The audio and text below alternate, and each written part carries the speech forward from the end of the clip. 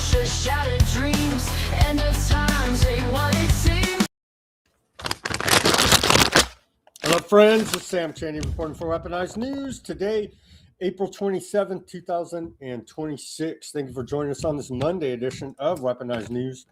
We have quite a bit to get to today. The ballroom, they're melting down about calling for more police state. As per usual, we should lose our rights because they stage up this ridiculous attack. I guess we're supposed to just say everything the government says is true, and that's the way it is. Okay. We'll cover a little bit of the anomalies there.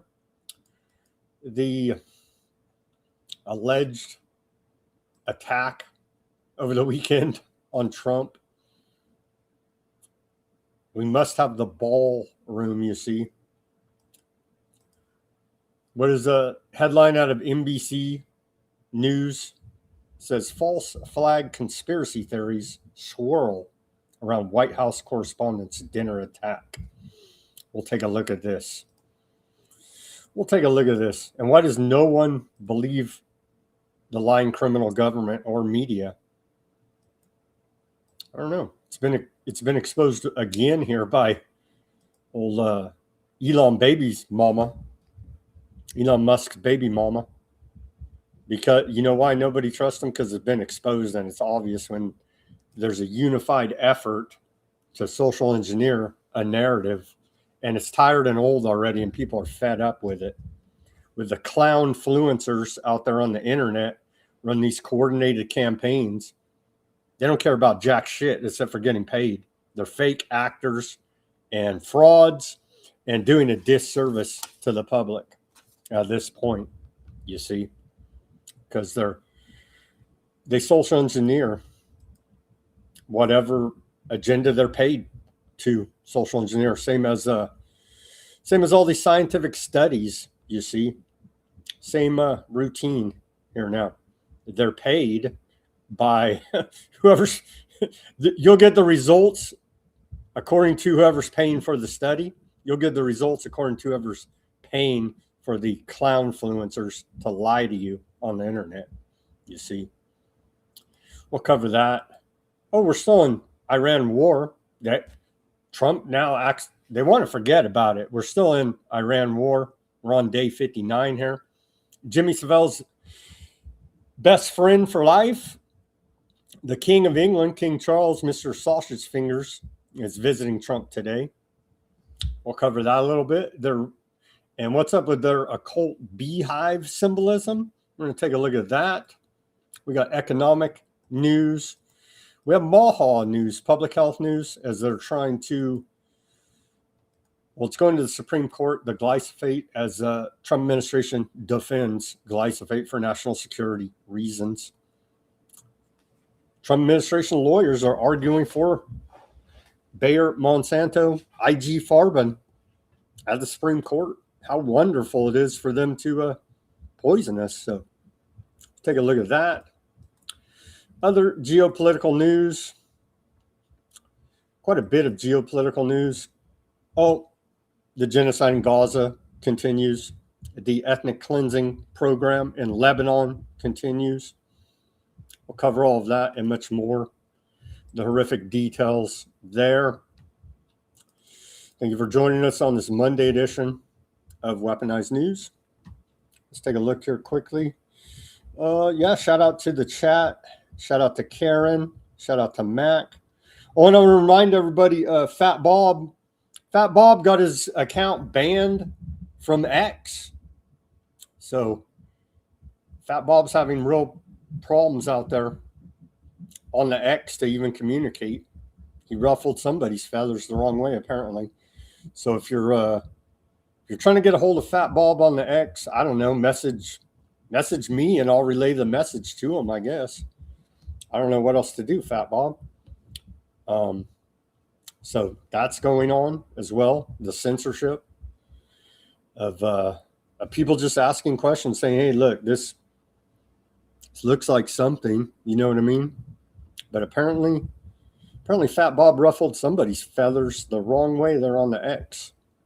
sadly enough, as many others have. All right, let's get to this day in history. On this day in our history, let me try to get through this as quickly as we can and get to all this news for you today. On this day in our history of April 27th, we go back to the year 1296, and we saw the Battle of Dunbar. The Scots are defeated by Edward I, King of England. Very sad defeat there for the Scots. On this day in 1509, Pope Julius II excommunicates the Republic of Venice and endorses his allies to attack them. So a major falling out there between control systems between Venice and the Vatican on this day, 1509. 1861, on this day, we had a few events. Confederate General Robert E. Lee orders Colonel Thomas Stonewall Jackson to take command of Harper's Ferry, Virginia, part of the American Civil War. Also on this day, 1861, then U.S. President Abraham Lincoln suspends the writ of habeas corpus, part of the American Civil War here. 1865 on this day, we saw steamboat SS Sultana explodes in the Mississippi River, killing up to 1,800 of the 2,427 passengers in the greatest maritime disaster in U.S. history. Most are paroled Union prisoners of war on their way home. Imagine that. 1875, on this day, New York, we saw the New York Society for the Prevention of Cruelty to Children. The world's first such agency is incorporated on this day. And then we go to 1877. Then President Rutherford B. Hayes removes federal troops from Louisiana. Reconstruction ends. They're part of the American Civil War. On this day in 1937, we saw the first U.S. Social Security payment made. And so we do appreciate the Ponzi scheme known as Social Security that will be bankrupted by the time you and I get old enough to collect. I'm 49 years old now, just to give you some perspective there. And 1940, on this day, we saw the establishment of Auschwitz. Himmler orders the establishment of Auschwitz concentration camp there. So, and we know all of the tales that have come from that. And they always say, right, history doesn't repeat, but it certainly does rhyme. On this day in 1982, we saw the trial of John Hinckley Jr. begin for his attempted assassination of then U.S. President Ronald Reagan, another MK Ultra type Manchurian candidate. On this day in 1986, we saw Pripyat evacuated. Soviet authorities ordered the evacuation of the city of Pripyat. Estimated population of 50,000 one day after the Chernobyl nuclear accident. On this day in 2011, then U.S. President Barack Hussein Obama, otherwise known as Barry Soetoro, started the whole canard. Well, it wasn't started by him, but he added to it by putting out another fake birth certificate. For those that can remember back to that, it was subsequently looked at by digital forensic experts, and it was a sloppily put together, layered PDF file, another fraud, and we wouldn't expect anything else from the intelligence creation known as Barry Soetoro, your favorite half-white president, and mine, Barack Hussein Obama. 2018, on this day, we saw a historic summit between North and South Korea. where South Korea agreed to officially end the Korean War and rid the peninsula of nuclear weapons.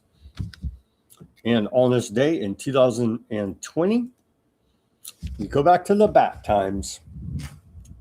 Your favorite time, my favorite time, and Fauci's favorite time, right?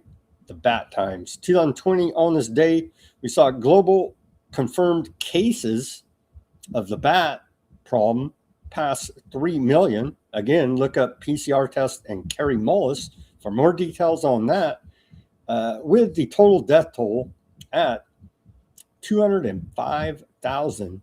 U.S. has 1/3 of all new cases. Again, see the PCR test there and Carrie Mullis. And we had one on this day in our civil liberties history that I felt was important to report here now. On this day of April 27, 1955, California Supreme Court imposes exclusionary rule on police in People versus Cohan.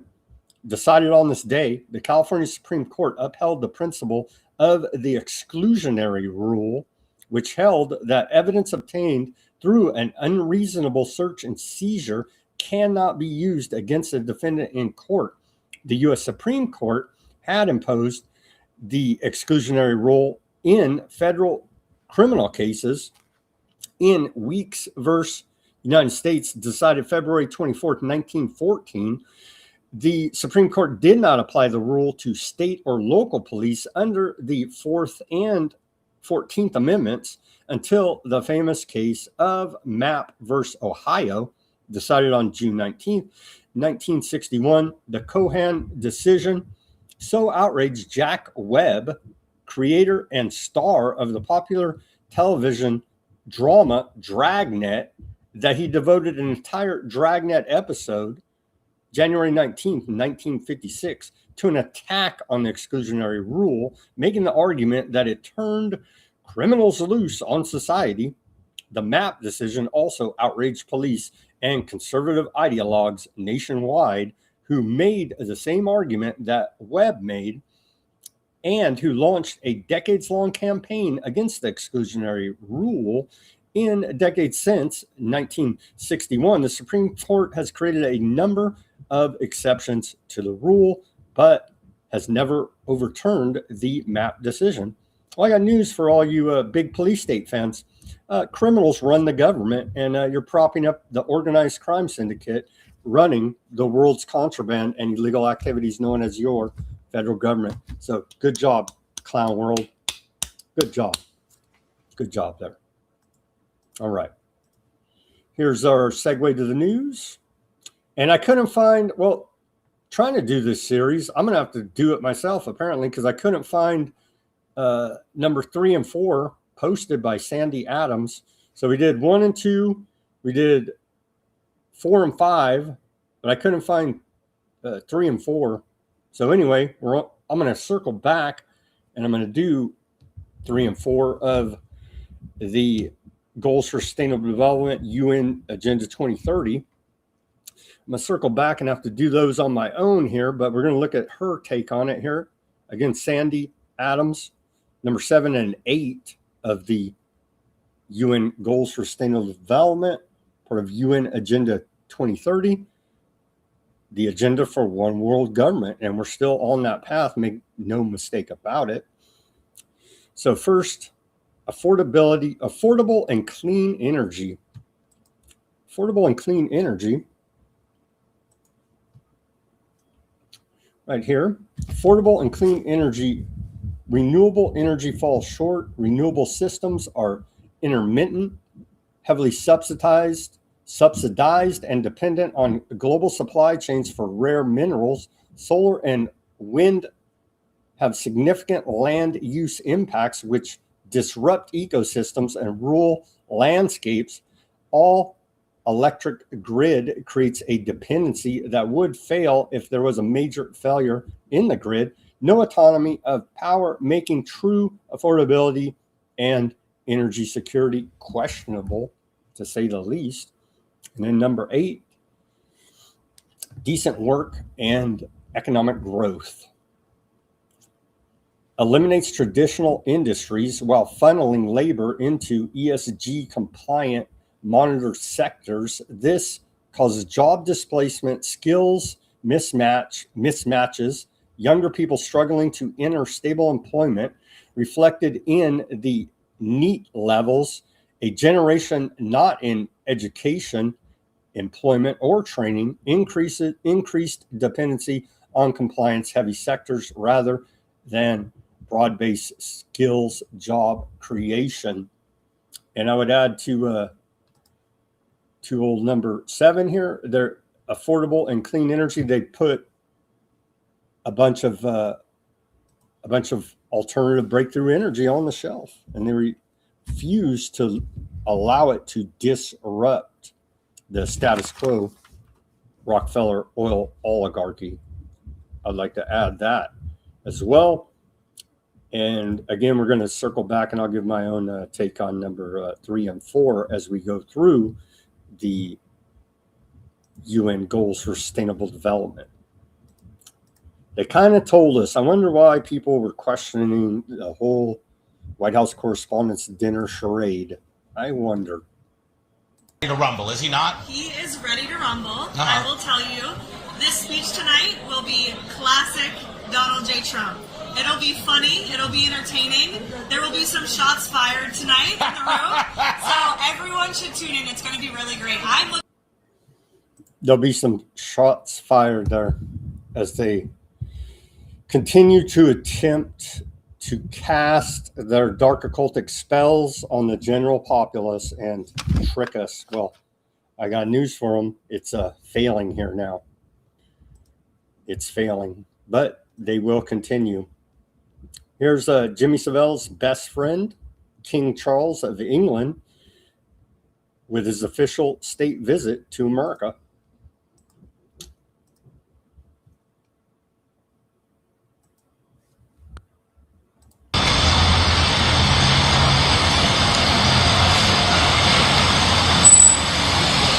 Soup. Ready doors. Ready pop. Ready open.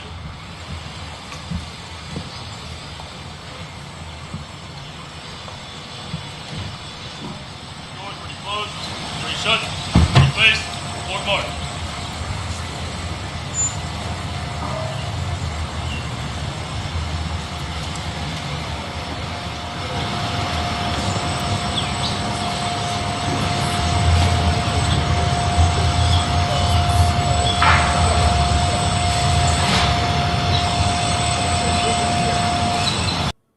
I don't know. Did you guys spy a Freemason secret society handshake there? I don't know.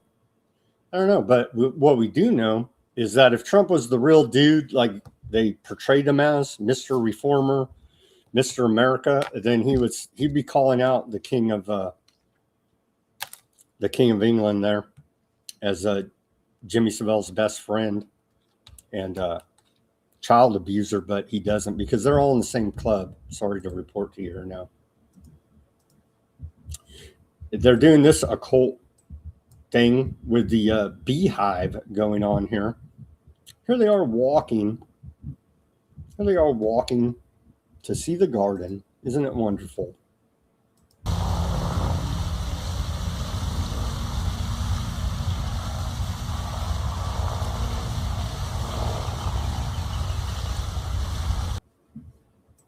Didn't we fight against the tyranny of the Crown of England? Isn't that what this country is founded on? I think so. But now we're supposed to act like, oh, we have to respect this bastard. No, we don't.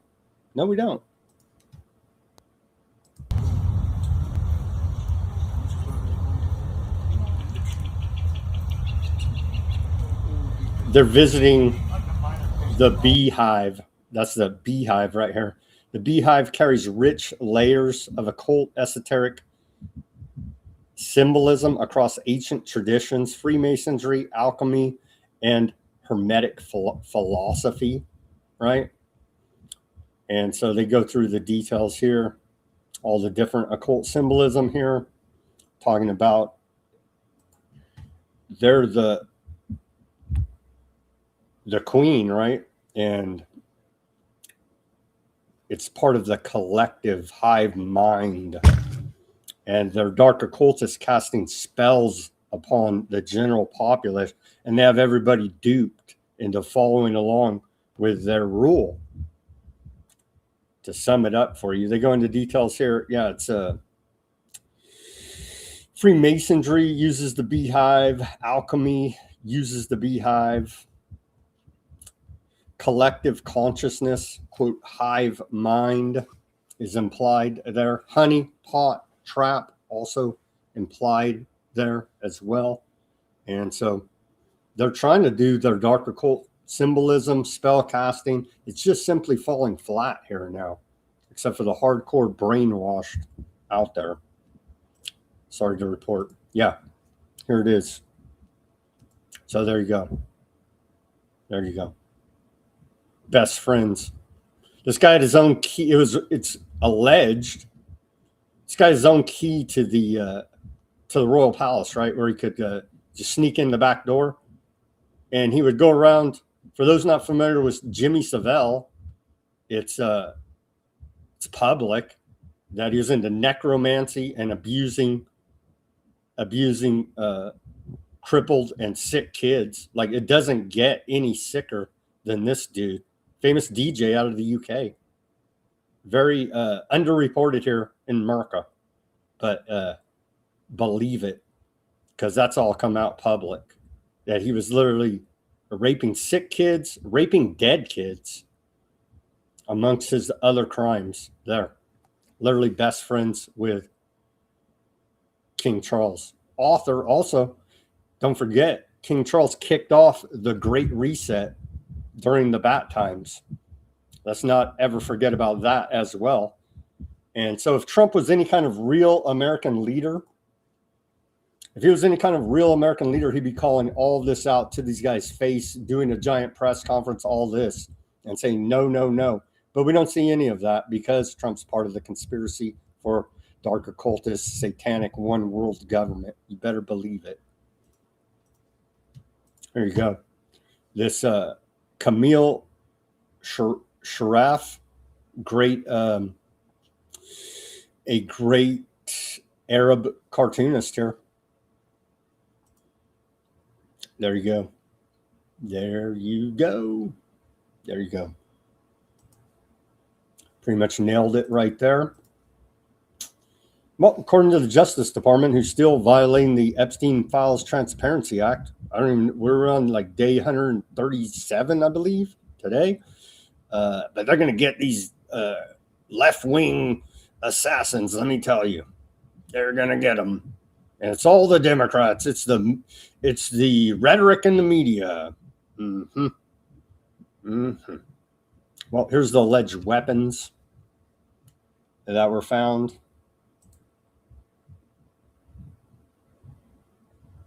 Cole Allen, and the anagram is a single cell, I believe, or a cell. I forget what it is, but they broke it all down. All your schizos on the internet. Cole Allen now faces the full weight of federal justice. Yeah, I bet he does. These are the weapons he allegedly had. Carrying 4 knives. So, yeah. Again, don't threaten. Don't threaten any of these government workers. Don't do violence against them. Just don't do it. Because you will do life in jail, in prison. They will throw the book at you. Don't do it. Don't do it.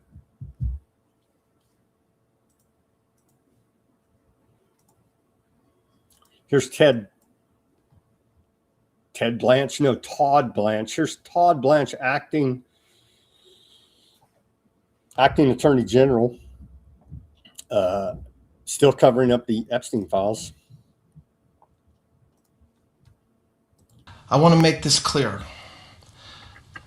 This man was a floor above the ballroom with hundreds of federal agents between him and the President of the United States. The Department of Justice approaches incidents like this with urgency and clarity of purpose. Violence has no place in civic life. It cannot and will not be used to disrupt democratic institutions or intimidate those who serve them, and it certainly cannot continue to be used against the President of the United States. We are investigating this matter fully. We will apply the law fairly, and we will ensure that accountability is swift and certain. But we also should recognize what did not happen. Law enforcement did not fail. Sure, bud. They did not fail because they went along with this. Here's the gold medal winner of Epstein cover-up. You're director of the FBI. I can't look at you straight in the eye because all I do is lie. The president spoke on late Saturday evening with a message of unity and a backing of law enforcement, and we have followed through on that message of unity and the effectuation of law enforcement across this country. It's a unified front of lies from these criminals calling themselves our government. Here's a TV anchor lady. They turn. How did this happen? How did this happen? We're not going to even go that deep into it, honestly. Plenty of other people have, but this is the latest on Cole Allen. Journey of accountability in the criminal justice system starts today. Todd Blanche just indicated to you the charges. Those charges are only 3 charges that are in the complaint that has been presented in federal district court about an hour ago. There will be additional charges as this investigation continues to unfold. But make no mistake, this was an attempted assassination of the President of the United States, with the defendant making clear what his intent was. And that intent was to bring down as many of the high-ranking cabinet officials as he could. This is the kind of situation that we cannot tolerate. And as the Attorney General has just indicated, it could have been so much worse, but for the reality that we had the Secret Service as well as the Metropolitan Police Department and the FBI. Now, the facts make it very clear what this intent was. You may recall that it was on March 2nd that the president indicated that he would be attending this public event at the Hilton. And on April 6th, that's when Cole Allen first made a hotel reservation at the Washington Hilton for 3 nights, the 24th, the 25th, and the 26th. It was on April 21st that he... Well, pretty sloppy there. Pretty sloppy. Pretty sloppy. NBC News, false flag conspiracy theories swirl around White House correspondents' dinner attack. Baseless claims that the incident was staged swirled almost immediately. By the next day, the idea had spread across social media. Even Trump noted the speed. Yeah, because you guys are all laughing, and it's look. Trump put out this. This guy looks like it's like out of a cartoon, right? This guy runs pretty quickly here. The alleged security footage from inside the Hilton Hotel there. Was that Hudson? Imani was there. See that? Come on, man, really? It's like a cartoon. This guy's like Speedy Gonzalez. 18. Go for See how fast that was? There he is.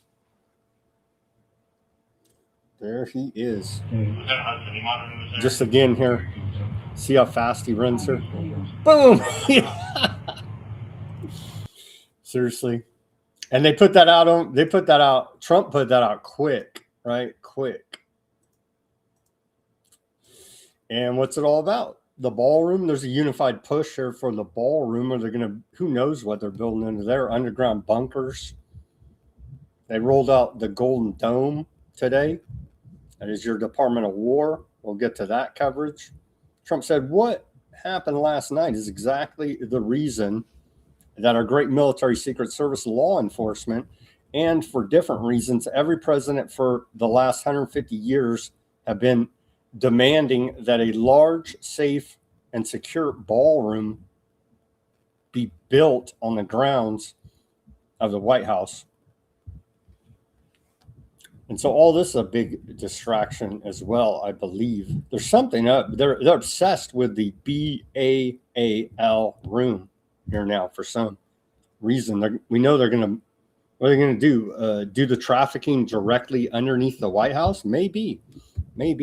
Connect up a bunch of secret underground tunnels? Maybe. We know they're building a bomb shelter there. So when they go ahead and set off the big one, they'll be safe. But you and I, not so much.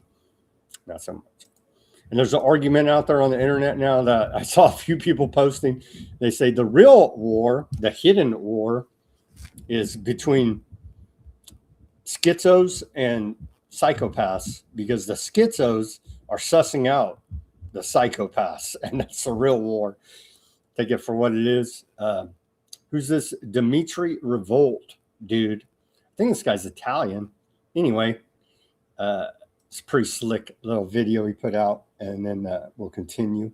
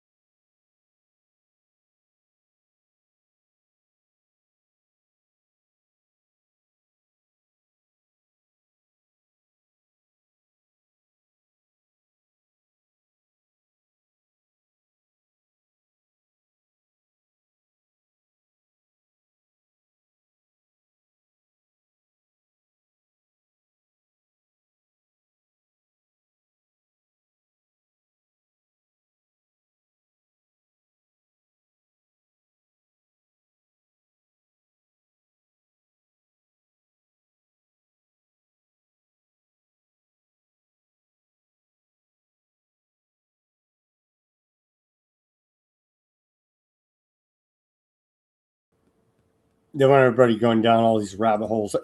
Are they secretly building the White House ballroom as the third temple? Are they time travelers? All this nonsense. The guy, the mentalist, Oz Feldman, what the hell's his name? They literally cooked all this up so people would spin off with conspiracy theories. Obviously, part of the psyop. And they'll turn around and say, well, Trump said it today, that it's fueled by hate speech. So they're going to curtail our privacy rights. They're going to try to use it to curtail our First Amendment rights, crank up the police state a little bit more. Oh, we got to spy on you a little bit harder because Cole Allen, the Manchurian candidate here, yeah, here's Trump. A coward. This right here should be enough for everybody to say, F you, Trump, you're a coward, and you're going against what this country stands for. But the charade continues. Surveillance tool that expires this coming week. It obviously allows the FBI to surveil potential terrorists who are overseas. And we don't know right now if this individual was radicalized by somebody like that. But do you think about the importance of having these tools to protect our country from these kinds of threats? And how will you get that message to Congress when there's a Congress right now that's skeptical about renewing those powers? Well, Jackie, I know both sides of it because FISA was used against me. And very, very viciously by a dirty cop. You know, we had the Comey gang, Comey and his remnants, and it was used against me. And they used it very illegally. I mean, they signed court orders that were illegal. Mm-hmm. Every one of those people should be prosecuted, frankly. It was used against me. Now, that's That's the bad news. The good news is that the military really needs it, and it's really needed for national security, and there's a division, but I was willing to give that up because, again, it was used against me more than anybody else, and by bad people, by sick people also. These are sick people. Comey was terrible. He was a horrible, sick person. He had real problems. And I use the word to describe him. He was a dirty cop. It's an old-fashioned term, but he was a dirty cop, bad guy. And there were other bad guys. And they used FISA illegally. They used it for a purpose that wasn't supposed to be used for. Okay. On the other side, you have the military. They really need it. General Raisin Cain. Look at the success we had in Venezuela. Look at the success we're having with Iran. I mean, Iran is decimated. And we got a lot of information by using FISA. I think we would have been very successful regardless, but it made the job a lot safer and a lot easier. So I would say, and what I've done, and I've told people, I'm willing to give up my security for the military, because ultimately that's, to me, the highest cause. He's willing to give up his security, yours and mine, for the military. So there you go. Military, police state, scientific dictatorship. Give up your rights. That's treason. That's treason. Trump's a coward. Our natural rights stand above all of it. Or why? That's the only reason we even have a government, is to protect our natural rights, not to stick Palantir flock cameras up everybody's rear end and spy on everybody. It's just disgusting. Look, here's these clowns laughing it up. Here's the press conference immediately after the alleged attack there. They're all yucking it up. Oh, yeah. Terrorists almost just killed us, and it's just so funny, right? Because they know it's all bullshit, and they're not even good actors. And it's not funny. It doesn't hit. It's bullshit. And they're going to use this to re-up FISA, to build their stupid ballroom, and to do a bunch of more police state. There you go. Here's Boebert earlier today. But they're all on board. I saw Rand Paul, I think it was her, in the House. Oh, yeah, we're all authoring bills to fast track the ballroom. Really?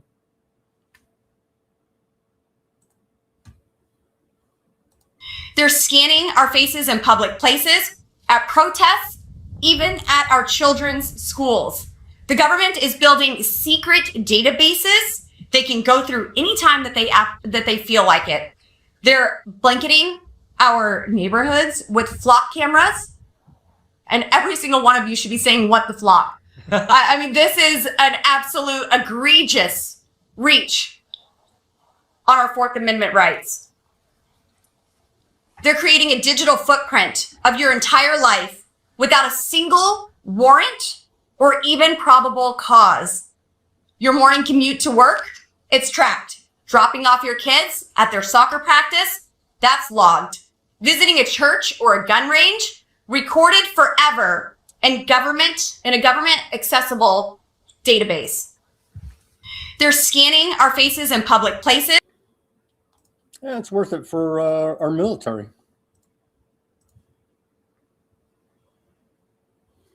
White House Correspondents' Dinner suspect Cole Allen sent anti-Trump manifesto. All the patsies have manifestos now, don't they? Wanted to take out officials. The friendly federal assassin, according to a report out of the California Compost now. And there you go.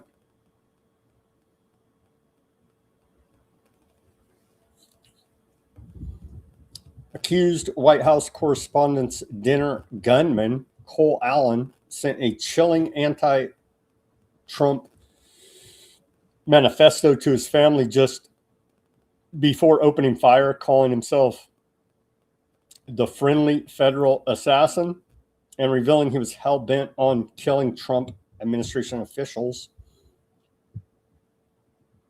Allen wrote that his, quote, targets were, quote, administration officials, not including FBI Kash Patel, prioritized from highest ranking to lowest.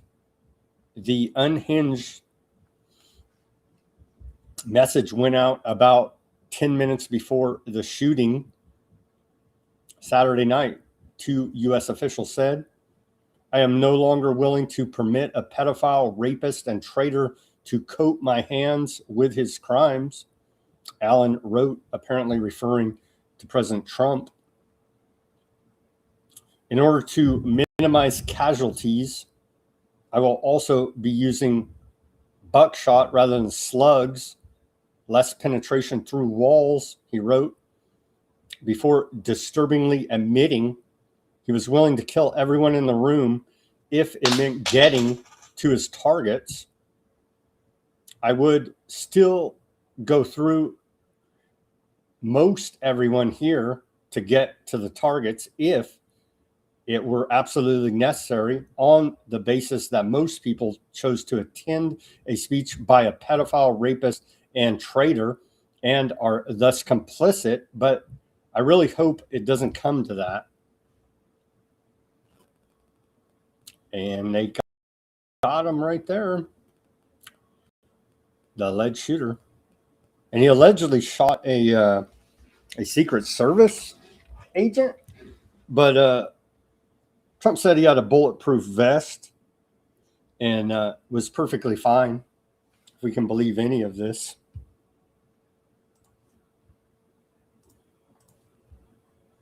Here's Trump on 60 Minutes. Seems a little defensive here.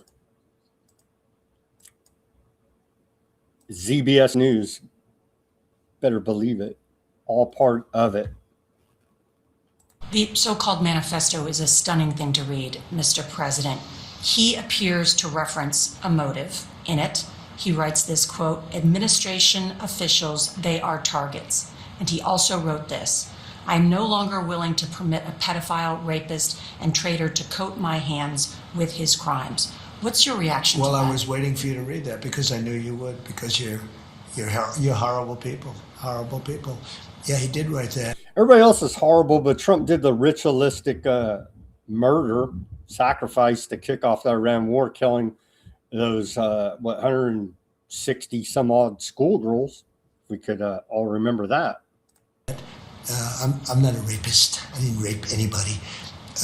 Do you think he was referring to you? Excuse me. I'm not a pedophile. You read. She got him right there. Read that crap from some sick person. I got associated with all stuff that has nothing to do with me. I was totally exonerated. Your friends on the other. He exonerated himself. He's not been exonerated of anything. They're continuing to cover up the Epstein files. Other side of the plate are the ones that were involved with, let's say, Epstein or other things. But I said to myself, I'll do this interview and they'll probably, I read the manifesto, he's a sick person, but you should be ashamed of yourself reading that. He didn't read the manifesto. Because I'm not any of those things. Mr. President, and these are never, the gunman's words. Excuse me. You shouldn't be reading that on 60 Minutes. You're a disgrace. But go ahead. Let's finish the interview. The other thing that he wrote in the other thing in the manifesto that. Really? Okay, here's Ashley Sinclair, Elon's baby mama and former MAGA influencer.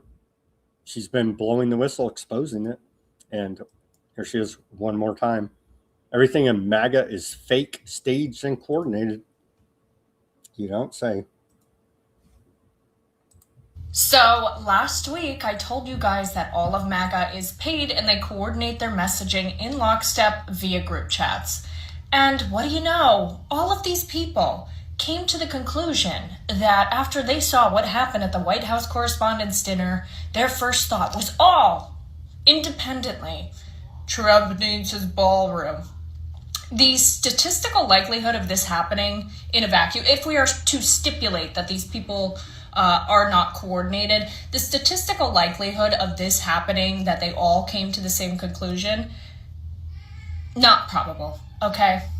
I think it's also important to note that one of the main group chats in which they coordinate this messaging is literally called Fight, Fight, Fight after the attempt on Trump's life in Butler. Okay, and this has the official Trump war room, members of the administration, including James Blair, and all your favorite MAGA influencers. And I would log on and show you more of these messages, but I can't log on to Twitter because they're suing me for $75,000. How about fake, fake, fake? Because it's all coordinated social engineering by these crooks. Here's another one.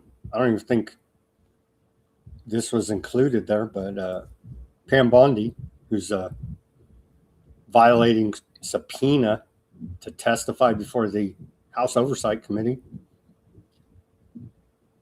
Queen of Epstein file cover-up, Pam Bondi, former Attorney General. We must have the ballroom completed to protect the President of the United States and his guests. I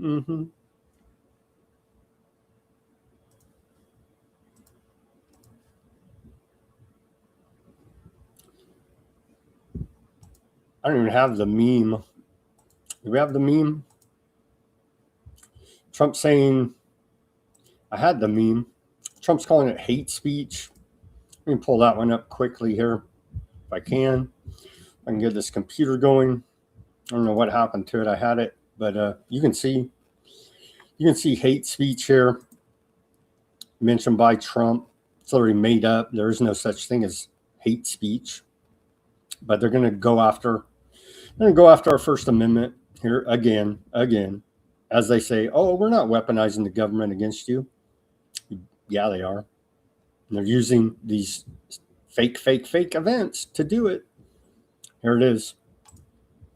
Meme of the day out of the White House. Enough is enough.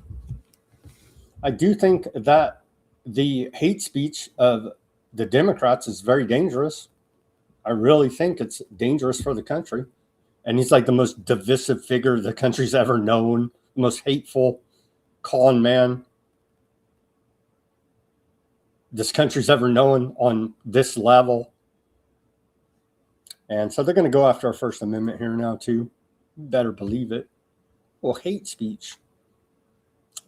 Trump backs idea of changing ICE's name to NICE. To NICE. We're not getting mass deportations, but they're going to change ICE's name to NICE. Here's that meme out of the White House. NICE agent. So when they shoot you in the face and they put you in that FEMA camp, say, thank you, NICE agent. There you go. And again, no mass deportations. So another lie by the Trump administration.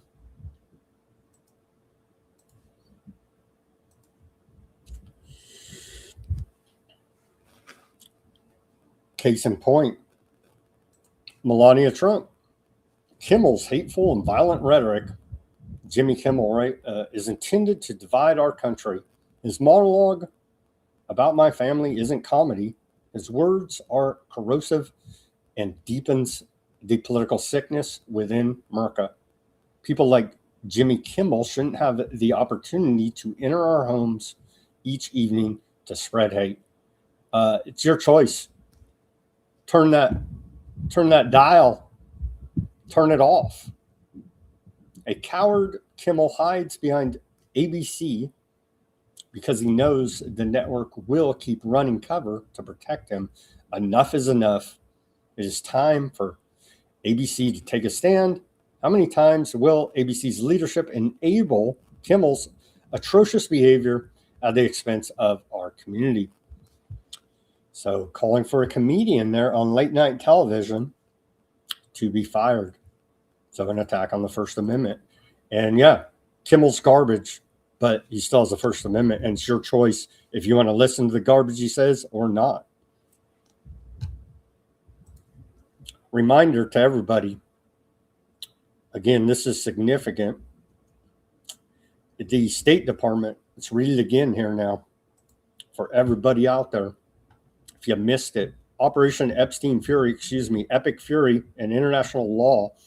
On February 28th, the United States Armed Forces launched Operation Epic Fury with a set of clear objectives to destroy Iran's offensive missiles, destroy Iran missile production, destroy Iran's navy and other security infrastructure, and finally ensure that Iran will never have nuclear weapons. Epic Fury is only the latest round of ongoing international armed conflict with Iran, as the United States has explained in multiple letters to the UN Security Council, including most recently on March 10th. The United States is engaged in this conflict at the request of and the collective self-defense of its aardvark land ally right there, as well as in the exercise of the United States' own inherent right of self-defense. So it's right there. Why are we doing this war? For aardvark land, according to the U.S. Department of State. So that should end all of the other fake narratives out there, because there it is from the State Department. White House officials claim Iran presented the United States with a, quote, new proposal over the weekend and pushed this narrative through its preferred media outlets. A senior Iranian official told Dropsite News the characterization was false. Trump claimed Iran softened its stance over the weekend, but not enough for a deal. Dr. Hussein Ahmedian, a prominent analyst and University of Tehran academic, said there has been a recent Iranian shift, but it is toward a clear set of conditions for resuming negotiations, not acceding to American demands on its nuclear program. There are changes, and I understand, he said, the main change is for Iran to insist on the stop of the war regionally. That's pivotal in Iran agreeing to discuss other issues. Iran also believes that aardvark land Prime Minister Bibi, the most corrupt man in the world, has been given unprecedented influence over U.S. intelligence estimates and White House decision making. I don't know what gave them that idea. Could it be this from the State Department? No, Iran's just a bunch of disinformation conspiracy guys. Sure. Our country has had negotiations with the Americans at various levels over the past 30 years, formal and informal, public and back channel. The senior Iranian official said, referencing previous U.S.-Iran negotiations that involved months and other times involved years of diplomacy and technical talks. It's as if they are showing up to the football game match with rugby rules. Yeah. Yep. So here are the new, according to senior Iranian officials, and this is a report out of Dropsite News. A senior Iranian official with direct knowledge of internal diplomatic deliberations spoke to Dropsite News, offering a clear picture of Tehran's position as negotiations with the United States remain deadlocked and Iran prepares for two dramatically different paths that may unfold in the coming days: a return to diplomacy or a resumption of the war within the U.S. and aardvark land. Number one, on the conditions for resuming direct talks, we're currently moving forward with our own design, and we feel Continuing negotiations doesn't make sense until the United States government lifts the maritime blockade. Oh, by the way, the Strait of Hormuz effectively closed. Still, the scope of the conflict has extended, and naturally, the issue is no longer purely nuclear. Number two, President Trump and the United States approach to diplomacy. Iran believes that Aardvark land Prime Minister Benjamin Netanyahu has been given unprecedented influence over U.S. intelligence estimates and White House decision making. Our country has had negotiations. We read that part in another report. Iran has told disdain for Trump's special envoy, Steve Witkoff, views him as both oblivious of diplomatic processes and totally ignorant of technical issues. Kushner is viewed by Iran as Aardvark land's man at the table. Well, that's what we voted for, right? Kushner to be Aardvark land's man at the table. Just a dude starting wars all over the world in our name.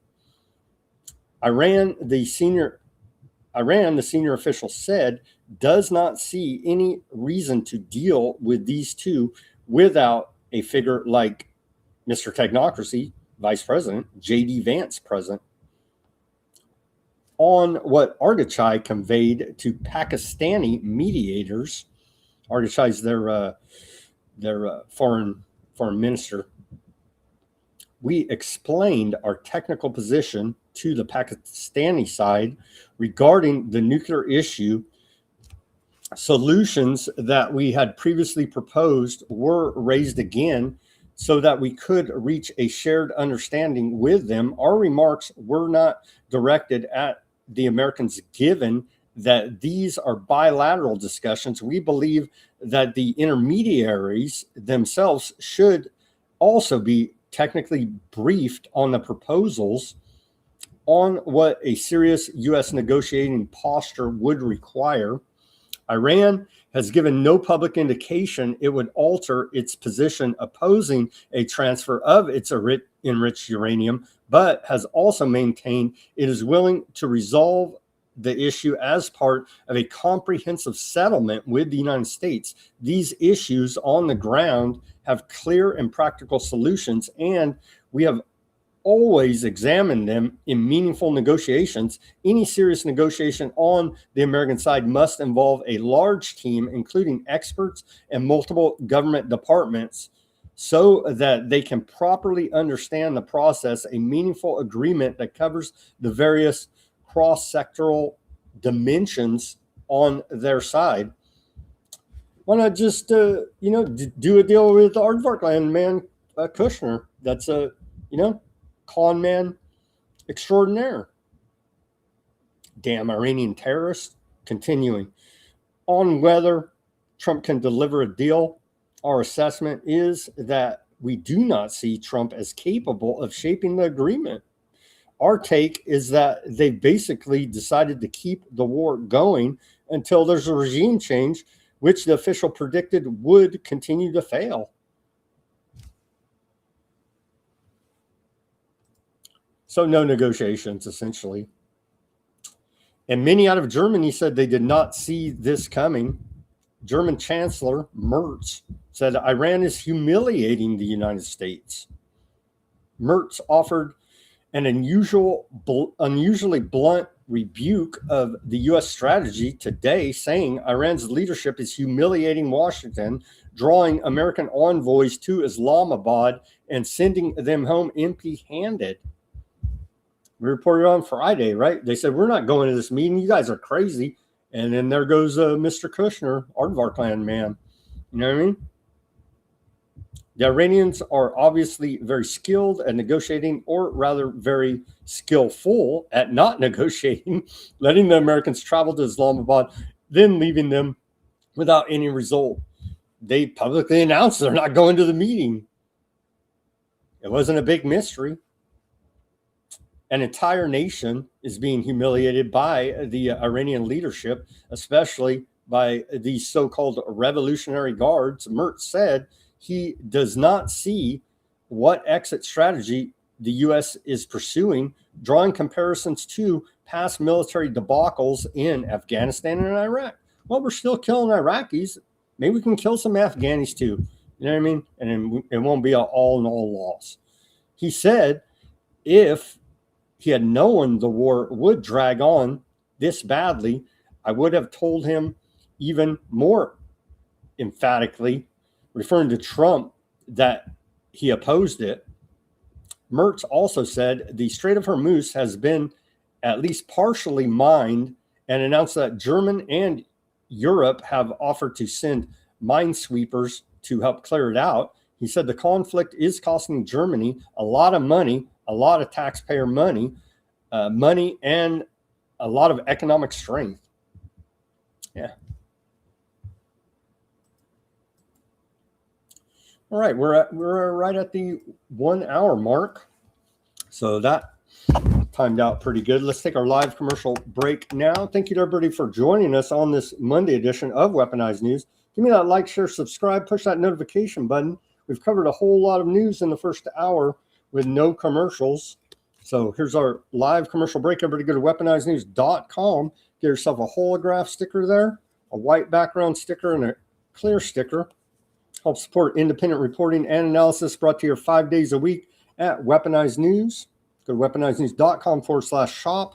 We got the stickers over there at the shop. We got t-shirts, coffee mugs, baseball caps, all kind of different gear, a few books over there. Go take a look. Patron the store, help support the broadcast, weaponizednews.com/shop. We take donations as well. Buy me a coffee, Bitcoin, wallet address, Cash App, all in the description below this video. All the channel links where you can find the show if we're banned on one of these internet channels. Who knows? They may just shut off the internet. But until then, you can find us at the links below. Go to weaponizednews.com. Give us a PayPal donation, secure link right there on the front. Become a paid subscriber at Weaponized News Substack. Thank you, Bob. I think he did that over the weekend. I think he may have made a mistake. I think you can cancel at any time. The value over there, everything's free, right? I do hours and hours and hours and hours of research. I collect all the links. I put them at Weaponized News Substack for documentation purposes, for your further research purposes. So almost everything we talk about on this show is linked at Weaponized News Substack. You have the option to become a paid subscriber there. It's all free, but you become a paid subscriber to show your support for this broadcast. Thank you very much to the patrons, to the show, the subscribers, any which way you subscribe. There's other ways too, but I would say the cleanest way is right there through Weaponized News Substack. However you choose to support this broadcast is truly appreciated. Thank you very much to the patrons of the store, the paid subscribers, and free subscribers as well. Give us that like, share, subscribe, share it. And to the donors out there, everybody that contributes to this show, it is truly appreciated. Thank you very much. Okay. Thank you for bearing with me through that live commercial break. And now we're back to the second half of Weaponized News on this Monday, April 27th, 2026 edition. Okay. Where are we at? Oh, the Epstein files. Let's just remind everybody once again, all these Trump officials are in the Epstein files. Trump himself, his wife, Melania Trump, Howard Lutnick, of course, brags about taking his family vacation on Epstein Island. John Filan, he moved on from the Secretary of the Navy there. Paolo Zampoli there, alleged to have introduced Trump to, or Melania to Donald there at his Kit Kat party. Bobby Kennedy Jr. flew on the plane. Soon to be Federal Reserve Chairman Kevin Warsh. Oh, Dr. Mehmet Oz there as well, having trying to line up big parties with Epstein, as seen in the emails. Oh, Elon Musk, he never wanted to go there. He knows nothing about it, right? Sure. Steve Bannon,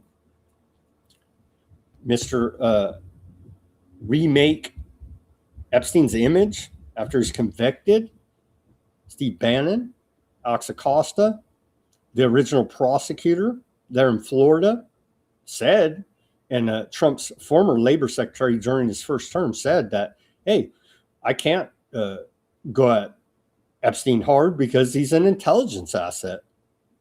I believe he was a Rothschild intelligence asset above all governments. And then Bill Barr, former attorney general, Mr. Cover-Up artist there, his dad gave Epstein his first job as a college math professor. And then, of course, Brett Ratner, the film director of the documentary Melania. So all up in the Epstein files right there in the Trump administration.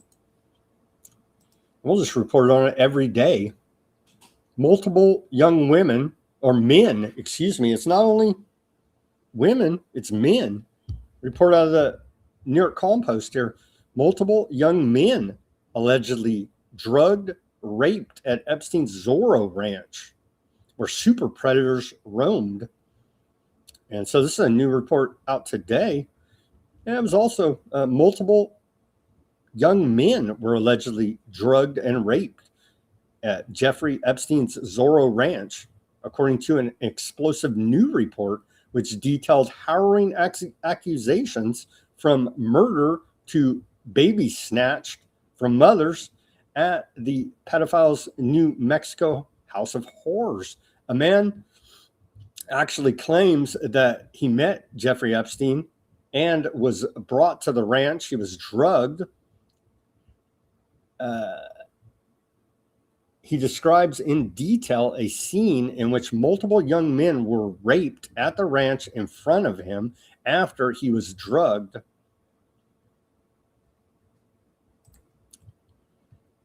And it goes on. We covered when it first broke all of the excruciating details, but that's a new claim. And see, all these PSYOP BS is taken away from my time researching this and really digging in. But we're going to circle back to this sometime this week, hopefully, and take a look at this new report. Where's it out of? New Mexico, I believe. Continuing here, FBI files reveal allegations and contradictions in Trump Epstein case. Unverified but politically explosive allegations. The Justice Department's Epstein files include FBI interview memos 2019 alleging Donald Trump sexually assaulted a teenage girl introduced by Jeffrey Epstein and Maxwell once presented a victim to him. The FBI interviewed the accuser several times, and we covered that. For some reason, it's back in the news here, so we're covering it again. But they discount these claims, right? The FBI intake. Oh, those are just crazy people. Well, they're just left-wing Democrats that don't like Trump. Really? Whatever. You know what I mean? But and then, of course, the FBI, our great law enforcement, back the blue, bro. They never followed up on any of these allegations. So that's how they just write it off. We showed you here at Weaponized News the actual FBI intake forms with people making these claims that the FBI never followed up on, to leave it always out there as a question. Yeah, Trump's name appears over 1,000 times in just the files that we got, right? And again, the Department of Justice is breaking the law right now by not complying with the Epstein Files Transparency Act and doxing victims. They're the bad people. That is your Department of Justice. Sorry to report here now. Katie Fang sues acting Attorney General Todd Blanche over withheld Epstein files. Former MSNBC host Katie Fang has filed a federal lawsuit against acting U.S. Attorney General Todd Blanche, alleging the Department of Justice is unlawfully withholding and heavily redacting Jeffrey Epstein's related files mandated for release under the 2025 Epstein Files Transparency Act. The suit claims the DOJ failed to produce documents, including those referencing Donald Trump, and seeks a court-appointed special master to ensure compliance. We already passed a freaking law. Like, dude, you know what I mean? They're breaking the law right now. Shouldn't that be enough? No. We need a special, what do they call them? A court-appointed special master now to ensure compliance? Really? That's where we're at with it, I guess. According to the most recent, we'll continue to report here on the Epstein saga as it goes forward. A little bit about Palantir. Palantir was founded with initial venture capital investment from the CIA at a moment of national consensus following the September 11th attacks. We were lied to about 9/11. We want to remind everybody about that. When many saw fighting terrorism abroad as the most critical mission facing the U.S., the company, which was co-founded by tech billionaire Peter Thiel, sells software that acts as a high-powered digital aggregation and analysis tool, powering everything from private businesses to the U.S. military's targeting system. And so again, what have you been doing with your life if you're not on the Palantir kill list? You don't hate the government enough, because this is coming at us fast and furious, and we're not going to have a choice about it. So every new car in the U.S. will be required by law to have tech that puts constant surveillance on drivers by 2027. AI in your car will determine if you're sober and fit to drive, automatically turning off the vehicle if it determines you're a danger on the road. And of course, it's always for our own safety. Again, the government can't and won't keep you safe, and it's going to be used as a means of control. Oh, I don't like that post. You were mean to the hoax, whatever it was that week. You know what I mean? Ding. You don't get to drive your vehicle there anymore now. Thank you very much, tyrants of Congress, who, by the way, large majority are a bunch of sex harassers. What is it? 357 voted against Nancy Mace's bill to tell the public about the secret congressional sex harassment slush fund paid by U.S. taxpayers. So that's your Congress, a bunch of sex harasser, Palantir surveilling criminals. They really are criminals. They're violating our natural rights. That's the only reason we have government, to protect our natural rights. They're going about violating our natural rights, using the power of government. This government's illegitimate and tyrannical. Trump administration fires independent board overseeing the National Science Foundation. That happened here now over the weekend. And so he fired a bunch of these people.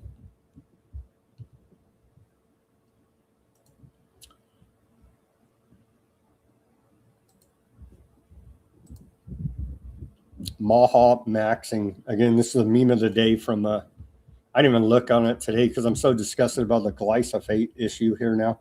Maha maxing, really? Out of Bobby Kennedy Jr. So, yeah, the case is at the Supreme Court today, and there was a big rally there. Today, the Supreme Court will hear a case that could end thousands of lawsuits against Bayer Monsanto, which claim Roundup causes cancer. Well, it's already been ruled upon that it does, according to many cases, and that's why they need this indemnity liability protection to keep on poisonous, or they will be sued out of existence for causing cancer. Here's Maha lady Vinnie Harari. at the press conference today with Highwire. Pretending this is normal. And let's be very clear. You cannot claim to care about health while protecting poison. You cannot tell Americans to eat real food while protecting the cancer-causing chemicals sprayed on it. You cannot stand with families and side with one of the most evil corporations in the world.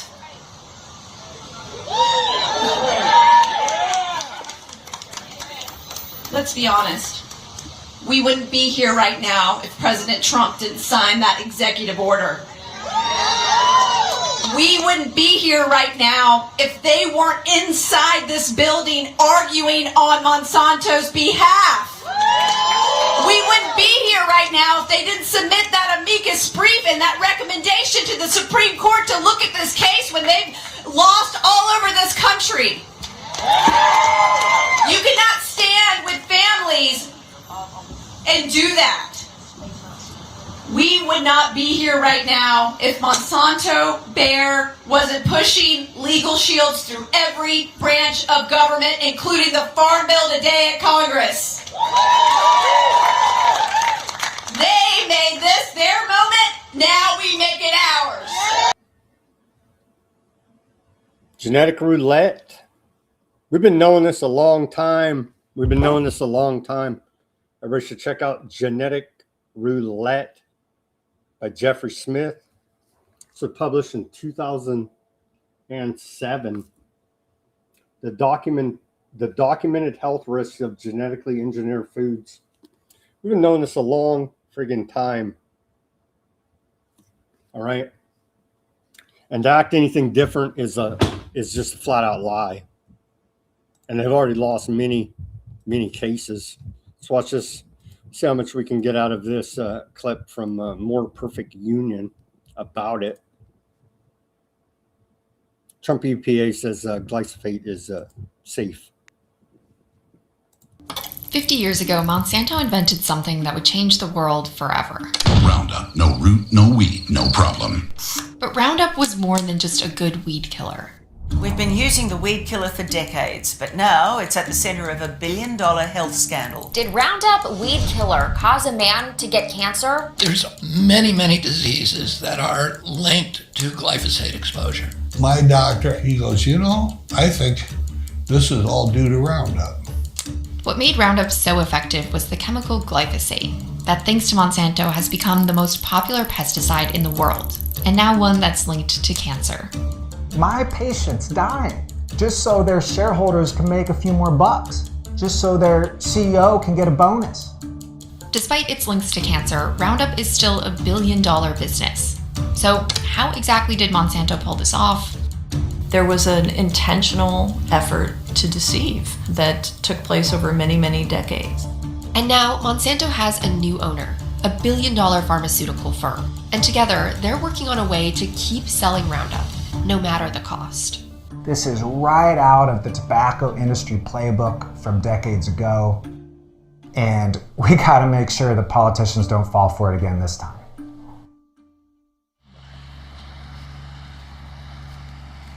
It would kill pretty much any plant it was sprayed on. That was in the period when we were naive about a lot of things. John Gilbert is a farmer in Iowa who's seen how Roundup came to dominate agriculture in the state. I think it's gone from a habit to an addiction. Roundup came on the market in 1974.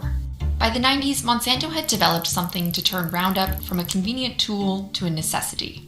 Monsanto had this brilliant idea to roll out what they called genetically modified crops.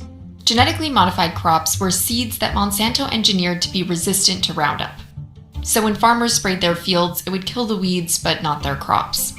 It was a big ground shift when when the modified crops came out, because it was orders of magnitude difference in how much was being used. In 1974, 1.4 million pounds of glyphosate were used in U.S. agriculture. By 2014, that number had grown to 276 million pounds. It became the world's most widely used weed killer, and Monsanto's profits just went through the roof. Roundup was responsible for half of Monsanto's total sales in 2000. It was called a savior for the farmer because it was so effective while supposedly being safer than other pesticides. There were some people associated with Monsanto who would describe it as safe enough to drink. You can drink a whole quart of it and it won't hurt you. You want to drink some? We have some here. I'd be happy to, actually. That came really from a comparison to a rival weed killer called Paraquat that was sold by. So there you go. If you're real MAGA, you'll drink a bunch of glyphosate and shove a flag up your rear end. By a competitor to Monsanto. And Paraquat, very much, if you would swallow even a teaspoon of it, you would be dead within a matter of weeks. But Monsanto marketed Roundup as an alternative that was safe for humans and the environment. They say, oh, it disappears when it hits the soil, so that makes it safe. I've learned in my life, if it kills insects, if it kills weeds, if it kills fungus, it can't be helpful to you. You think it blows up the little bug stomachs is what it does. What do you think it does to your stomach? And this goes on. I'll post a link, or you can go find it, More Perfect Union. But they go on with the testimony. I mean, it's a slam dunk. It's an undeniable fact. But yet, for national security, Trump administration's arguing Bayer, Monsanto, IG Farben, dare I say, needs indemnity to keep on spraying this garbage. It's not only, it's destroying the entire environment, the ecosystem as well. And so there you have it. But hey, we still got the mRNA on the market, safe and effective. Operation Warp Speed, the greatest scientific achievement ever, according to Trump. So there you go. Trump administration's move to drop the long-standing recommendation for Miracle Hep B within the first 24 hours of birth is likely to lead to additional infections and millions of health care costs, according to the failing Washington Compost there. And then here you go.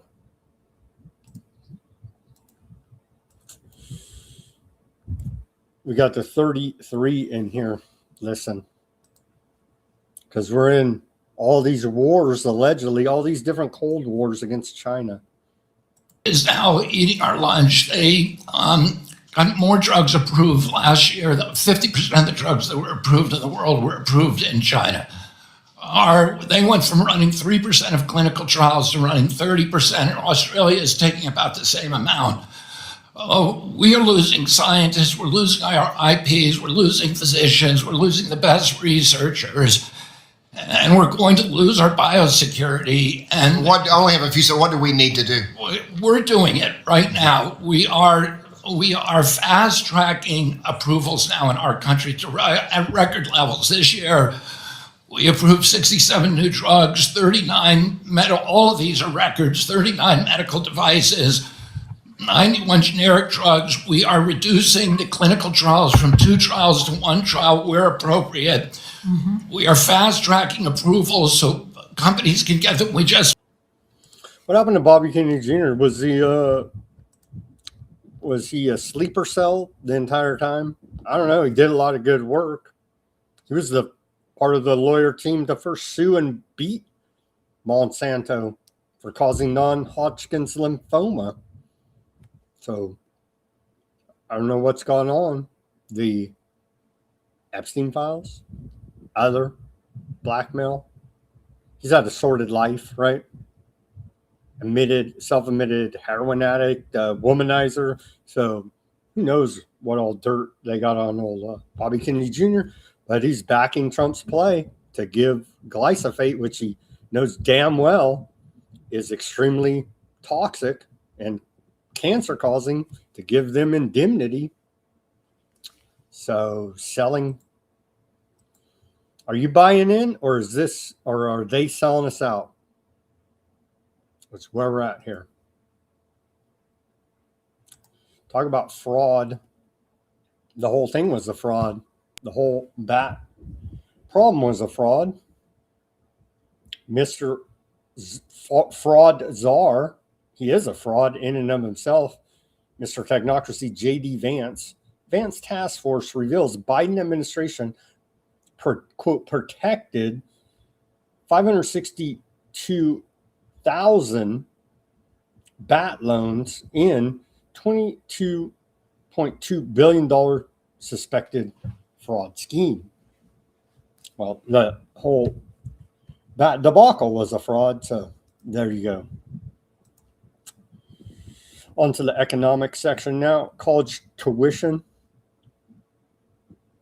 in America has increased 914% since 1983, according to a report of CNBC News. And in large part, every time the government gets involved in anything, they're going to increase the price because they're subsidizing the market, creating an artificial market, essentially, here now. And the predatory lenders as well, they're on college campuses taking advantage of America's youth signed off by the government and the universities, looking out for your future by putting you in a mountain of debt, giving you a degree you can't even find an entry-level job at now, and the massive increase of 914% of college tuition costs since 1983. What a con job, as everything has become here now, hasn't it? Half of Americans say it's hard to afford food now. It's hard to afford food now, according to a report out of Lending Tree. Who cares? They got a ballroom to build. They got a bunch of wars to fight, you see. Who cares if you can't eat? Eating was overrated anyway. You can get your GLP-1 synthetic Gila monster venom from TrumpRx.gov to curb your appetite there when you're feeling a little bit hungry. So half of Americans say they're having trouble paying for groceries. Who cares about that when Congress is about to extend U.S. veterans benefits to Americans who serve in the Aardvarkland military? Over 20,000 U.S. citizens are fighting for Aardvarkland right now. And that's a report out of military.com. And so that's what really matters here. Not eating, but serving Aardvarkland. You see, one more time. Here's Keir Starmer, big brother out of the UK. He says that people, they're going to need to start saving because of the war in Iran. And so they're prepping everybody to get ready for rationing, for economic depression, collapse, lockdowns, all in the name of your own good. You said it's not our war. The problem is, as you already mentioned, it is affecting all of us, isn't it? And people are desperately worried about that. So you're chairing this crisis cabinet committee tomorrow. I wondered if you could just level with the British public. You know, are you worried about fuel and food shortages? Is that why you're chairing that committee? There is going to be an impact on the UK. There already is. And I think it's really important I level with the public that we are doing everything we can to get the Strait of Hormuz open, because obviously that is vital in terms of minimising the impact. But I don't want anybody to think that once the strait is open, that that's the end of the damage. It'll go on longer than that. And that's why we've got almost daily meetings of ministers and officials looking at how we manage the impact. At the moment, we're confident about supply. We're going to get to net zero one way or another. You better believe it. Better believe it. 1 in 3 young men in the UK now live with their parents, according to a report at BBC. So thriving there. Snow, if you're out there in the audience, we got a report out of Canada. The Kabasi letter. Canada's launching an $18.4 billion sovereign wealth fund to bankroll major projects of national interest, according to a report out of the Financial Times. Details include this marks the first ever sovereign wealth fund for Canada and is part of Carney's drive to turn Canada into the strongest economy of the G7. The, quote, Canada Strong Fund will work alongside the private sector to finance 15 infrastructure proposals. This comes as Canada's deficit jumped to $78 billion Canadian in 2025, up from $42 billion the previous year. Carney looks to catalyze $1 trillion in total investment in Canada over the next 5 years. The move comes, Canada has dealt with U.S. tariffs for over a year.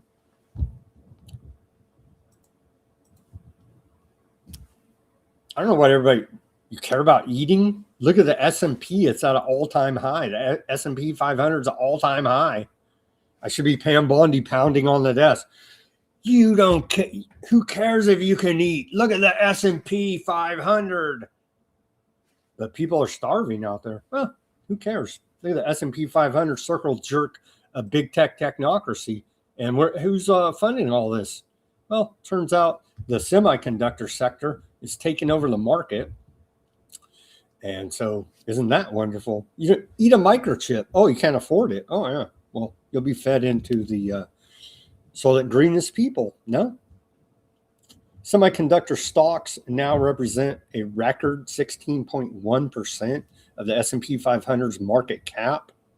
The percentage has tripled since 2022 bear market. This is also now 11% percentage points above the 2000 dot-com bubble peak. By comparison, defense sectors, including energy, health, staples, and utilities, make up 19.2% of the S&P 500 index. This is 4 percentage points below the previous low of 23% set in 1999. At this pace, the weight of the semiconductor sector will surpass that of defense sectors by early next year. Well, we've transformed now into technocracy. The old military industrial complex is trying to catch up here now. I'm sure they will. I'm sure they will, all working together. They're for our own national security. And so who needs to eat when you got a microchip shoved up your rear end? That's all that really matters. NVIDIA, the big chip makers. NVIDIA stock officially hit an all-time record high today, now with a market cap of $5.2 trillion. NVIDIA has added $4.9 trillion in market cap since 2022. And they all play this game, right, of I'm going to buy the chips from you, and I'm going to turn around and buy your AI from you. And it's a big old circle jerk of technocracy and fraud. And who cares about eating when you have microchips? Over 560 Google employees have signed an open letter to the CEO, Sundar Pichai, urging him to refuse to let the U.S. government use its AI technology for classified military operations.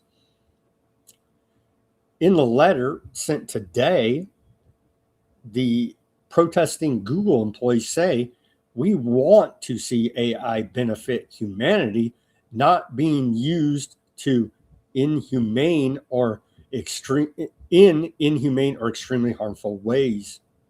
This comes just weeks after Anthropic was designated a, quote, supply chain risk after the company refused to give the government unrestricted access to its AI models. Specifically, they said, take off the guardrails, give us mass surveillance powers, and autonomous weapon systems, i.e. Skynet. We're going to get to that. Looks like the government launched Skynet today, actually. Google could become the next AI giant to face U.S. government scrutiny. Something tells me that those 560 Google employee protesters, gone. They're probably Iranian terrorists. What the hell? You know what I mean? So we must have Skynet, you see. And they're all trying to like publicly, we really don't like the Terminator movie. Well, what the hell? What are you going to do? If we don't do it, China's going to do it. So I guess we'll do it. You know what I mean? So we appreciate the efforts there. The Strait of Hormuz now, it's essentially closed. Strait of Hormuz in the last 24 hours, it's been closed, right? How many ships they say went through there? Not many. 7 ships transited the Strait of Hormuz in the past 24 hours, mainly carrying dry bulk goods from Iraqi and Iranian ports, according to ship tracking data, Kepler, and satellite analysis from SyncMax. So not much action going on there in the Strait of Hormuz, as has been. So we won the Iran war 49 times, but Khomeini's still in charge and the Strait of Hormuz is closed. So we're really worse off, and Iran's rebuilding all their military capabilities. So we're worse, and we've unified the Iranian people behind the mullah regime there. And so we're actually worse off than before the war started. But we've already won it 49 times, you see. Let's take a look back here at home. How is this affecting the price of a gallon of gasoline? Let's take a look at AAA national average. We're up to $4.11 today. And in California, we're pushing $6. So it's pretty much $6 all over the place, $5.94 on average here in California. And so they're just killing us over here, man. Killing us. And so you could see it went up. It went up here about a penny. Went up about a penny from yesterday. And so it's going back up, but the threshold here hanging tough above $4 a gallon for the price of gasoline on average, according to AAA, across America. You can see right there. And of course, that's going to ripple through the supply chain. That's not even counting the cost of diesel, which is higher, which in large part is used to transport all the goods you love and enjoy here in America. Oh yeah, and again, eating, don't worry about that, right? As we're seeing the highest grocery prices we've ever seen. But just listen to the liars on their television and the government, and they say everything's wonderful because they don't give a damn, because they're printing money, you see. You and I, we're looking for old top ramen in the back of the cabinet here now for dinner. But they continue gaslight, lie to us. Don't be a panicking. Are you an Iranian terrorist? Oh, you want to eat? Well, you hate America. And that's where we're at here now, from these psychos running the economy and the government. Here's the latest in the propaganda info war out of Iran, destroying America in the propaganda war.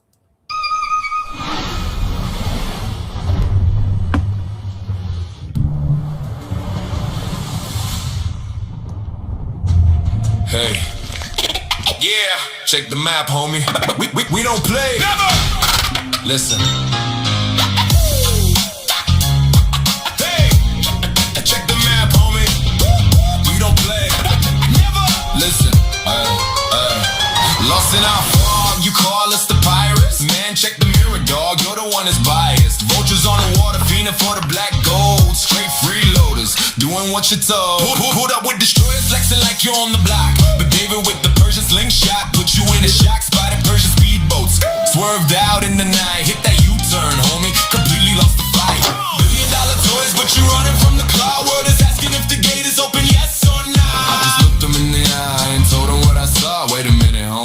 said, Inshallah. Little orange man, this is straight up Iran, little orange man. Little orange man, get straight out of Homer's little orange man.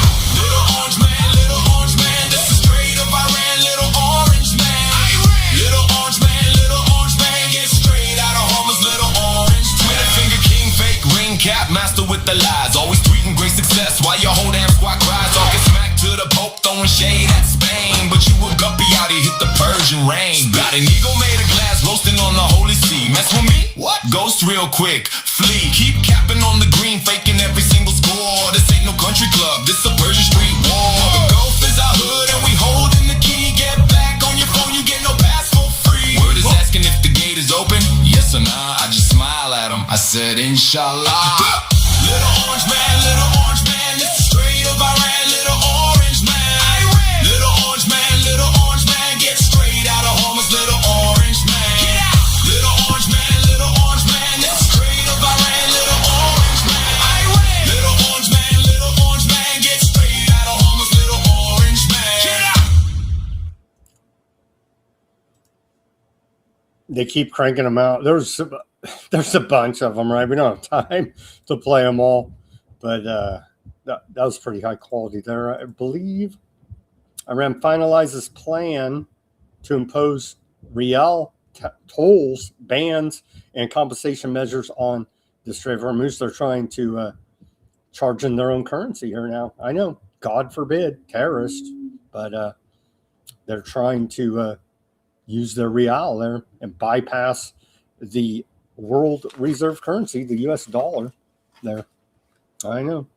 What are we going to do? What are we going to do?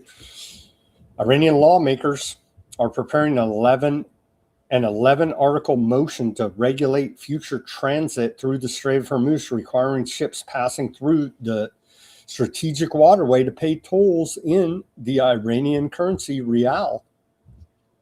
I know. We're going to have to blow up their civilization over this. Per Trump, right? Right.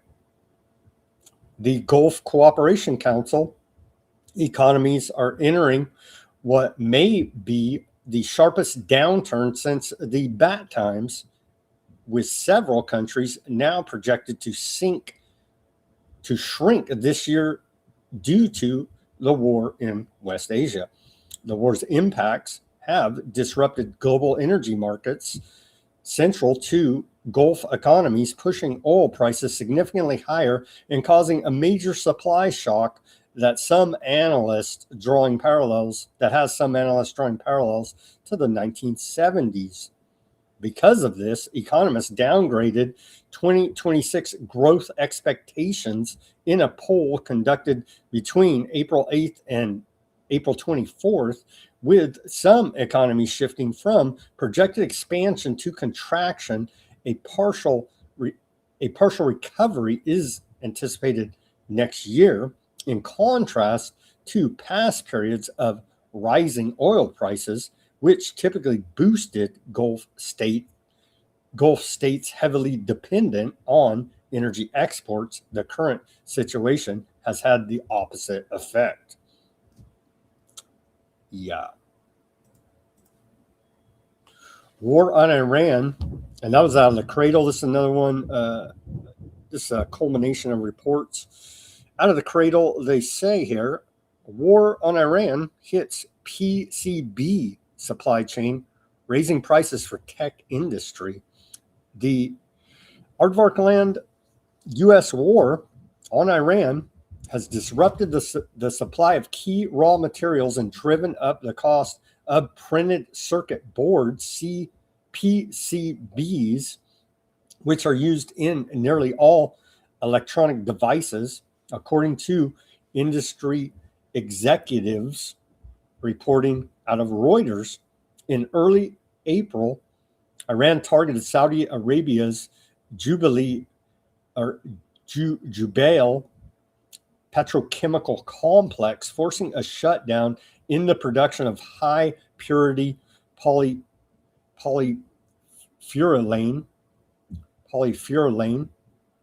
ether, PPE resin, a key mineral used to produce PCB laminates.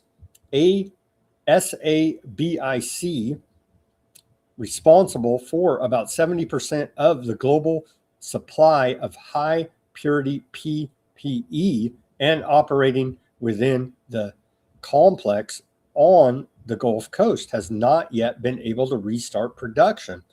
Yeah, because they bombed the hell out of the place.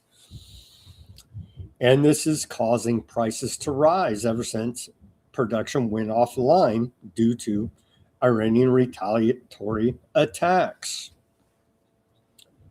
It's a lot of stuff. It's the fertilizer, it's the helium, it's this these printed circuit boards, the raw earth materials that takes to produce them, and on, and 20%, an estimated 20% of the world's oil production capacity taken offline, and on it goes. On and on it goes. So we're gonna see it, and it takes a minute to filter through the supply chain here now. So again, the UN estimates over 30 million people are going to be pushed into poverty due to this. A few million people are going to starve to death because of this here now in the third and fourth worlds.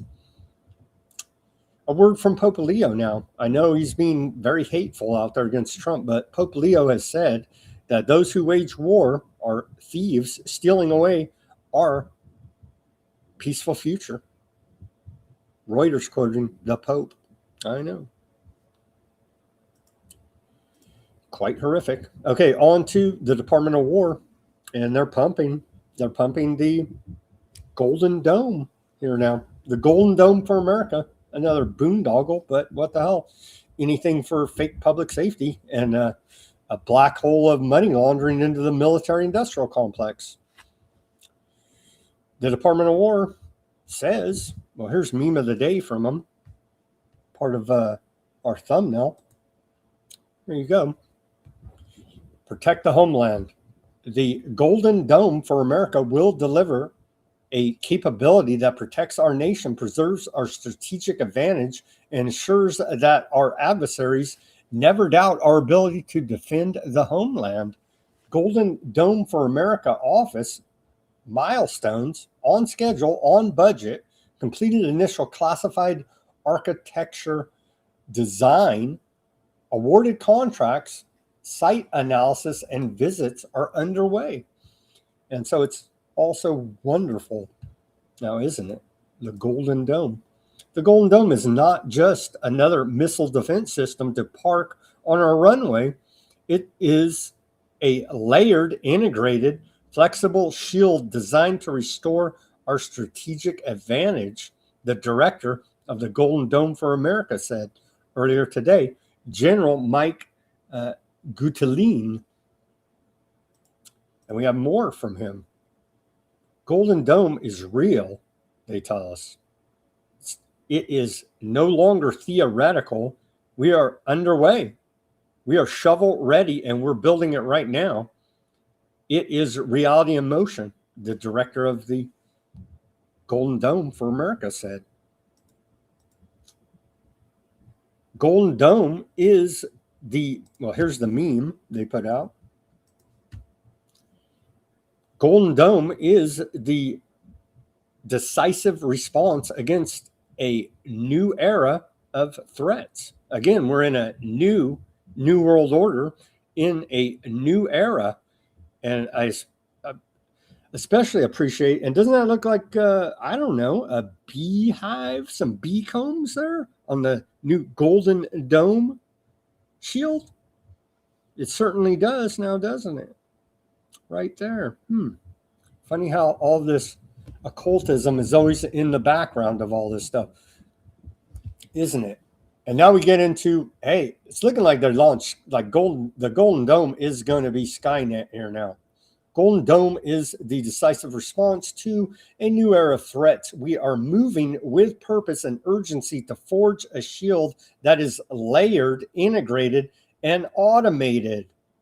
The process on display today is tangible proof that this is not a future concept, but a reality we must build now.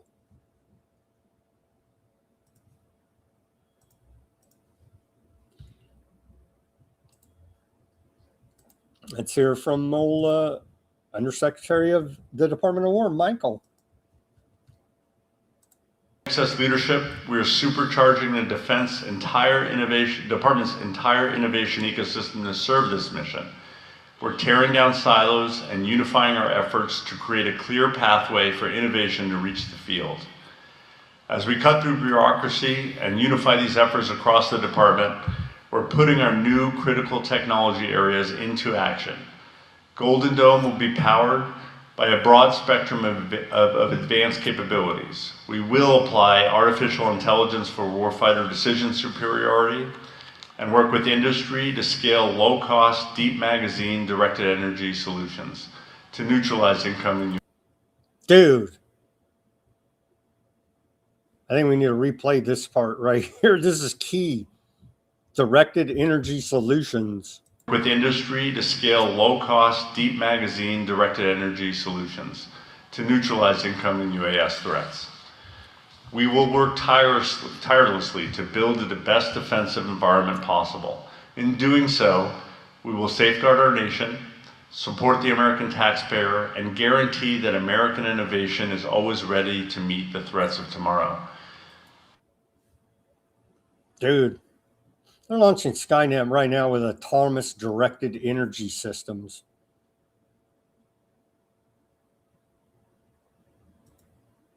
Seems pretty damn significant, but let's yell at the Democrat hate speechers. What? No, they're launching Skynet right now.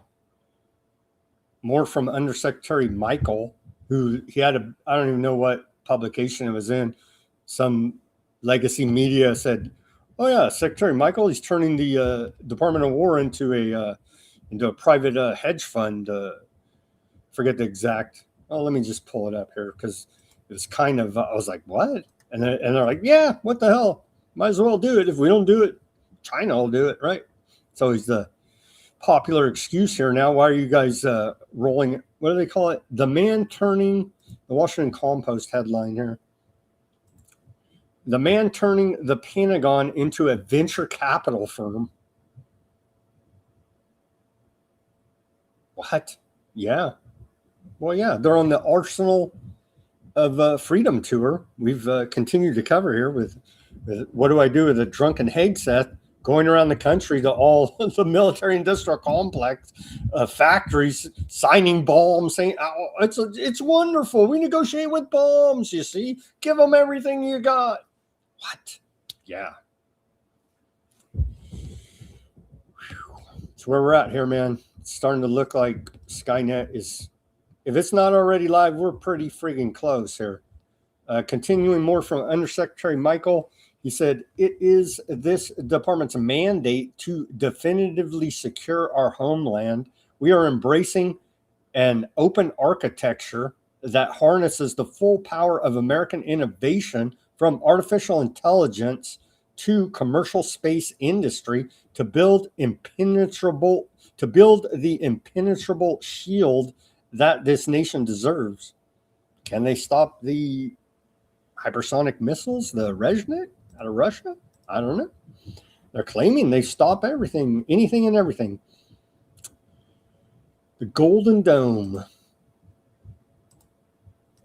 More from Undersecretary Michael here.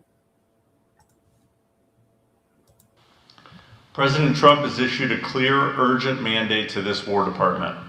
We must definitively secure the homeland against the emerging threats of the 21st century.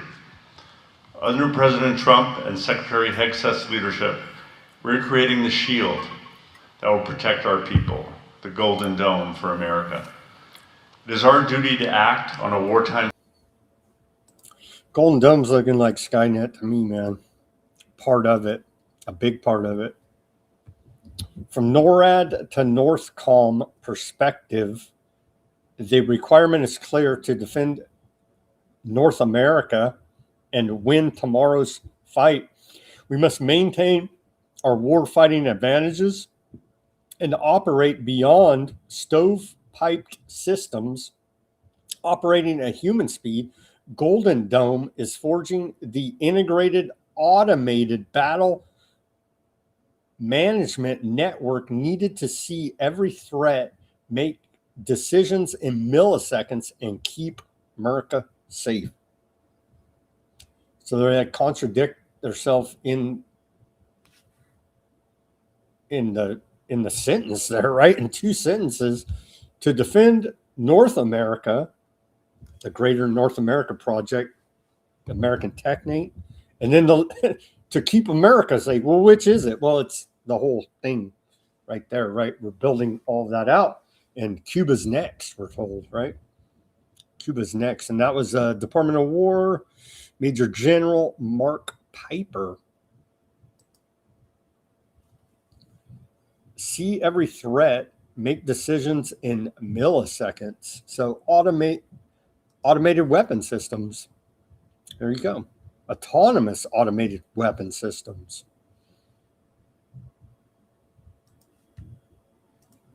i.e. Skynet.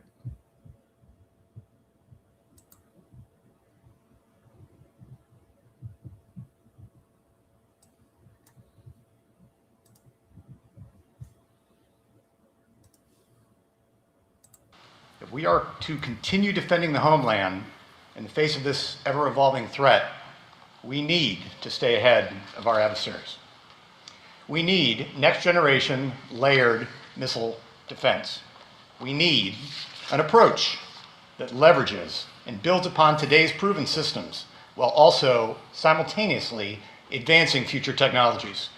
In a flexible and scalable architecture with foundational integration of automation and artificial intelligence at every level, incorporating the cutting edge of our most current technologies. Artificial intelligence at every integration of automation, scalable architecture with foundational integration of automation and artificial intelligence at every level.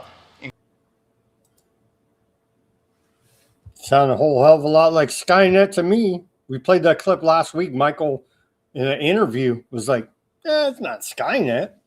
What? Sounds like Skynet to me. The Golden Dome for America is an unprecedented defense weapon system.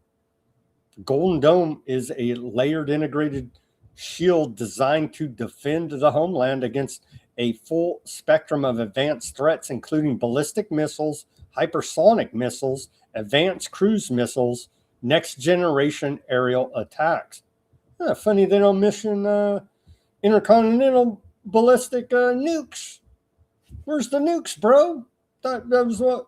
No, they don't mention the nukes out of the Department of War. The hypersonics they mention. So are the hypersonics even real? I don't know. We had that one. We had a couple clips, right? And you just see a flash. Pow! Allegedly, Russia launched the Reznik on Ukraine, and Putin bragged it's unstoppable. I don't know. Maybe it's all fake. Who knows? We know they do have big bombs that blow up a lot of stuff. We know that. Do any of these systems even work? The Iron Dome seems to have failed there in the Aardvark land. But we got a Golden Dome here in America, you see. Intercept the threat. Really?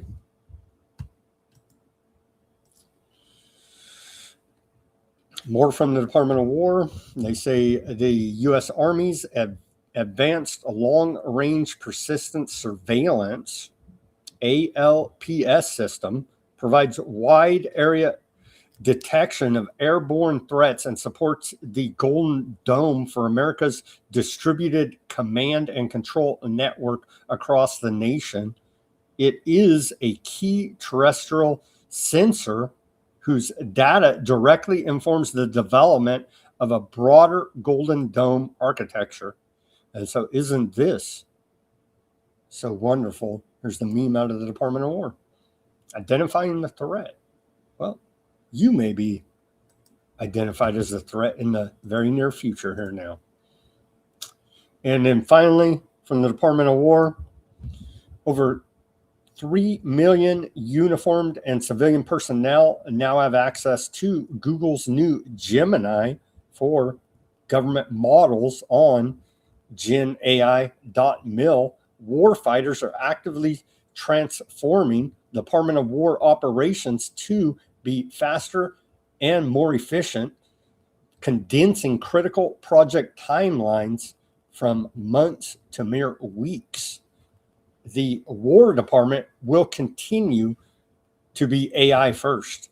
And this is what those Google employees that are now on the Palantir kill list were protesting, as we reported earlier in the show. And so here you go. Protest all you want, and you can probably move up higher on that Palantir kill list. There you go, right there. So it sure looks like they're taking Skynet live, man, even though they're denying that. It certainly appears so. Well, people can't eat or starving to death, but hey, what the hell?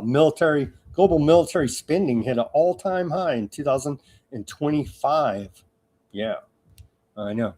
At least we can, well, you don't got to eat if they whack you, right? So there you go. In 2025, governments worldwide allocated an all-time high of $2.887 trillion with a T to military spending, according to a most recent report from the Stockholm International Peace Research Institute published today. And so they probably need to be put on Alex Karp's bad list, right? I would say so, because they're criticizing all this military spending. Or they're not even criticizing it. I don't think they're just reporting on it.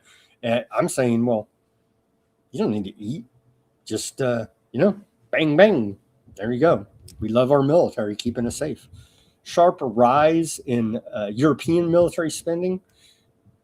There's an ongoing war there, proxy war for NATO and America through Ukraine against Russia. Still ongoing. Horrifically so. There. Let's watch this short clip, and we can see the allocation of global military spending. Accounts for almost a third of global military spending. Let's watch this short clip.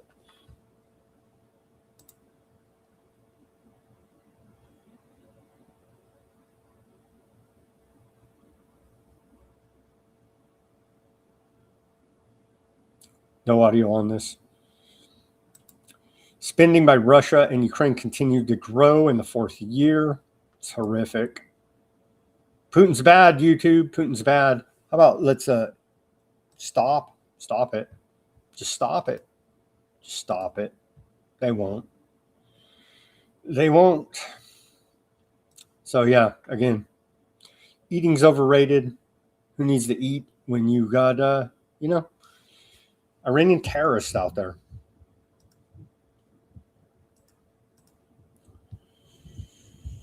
More from this report.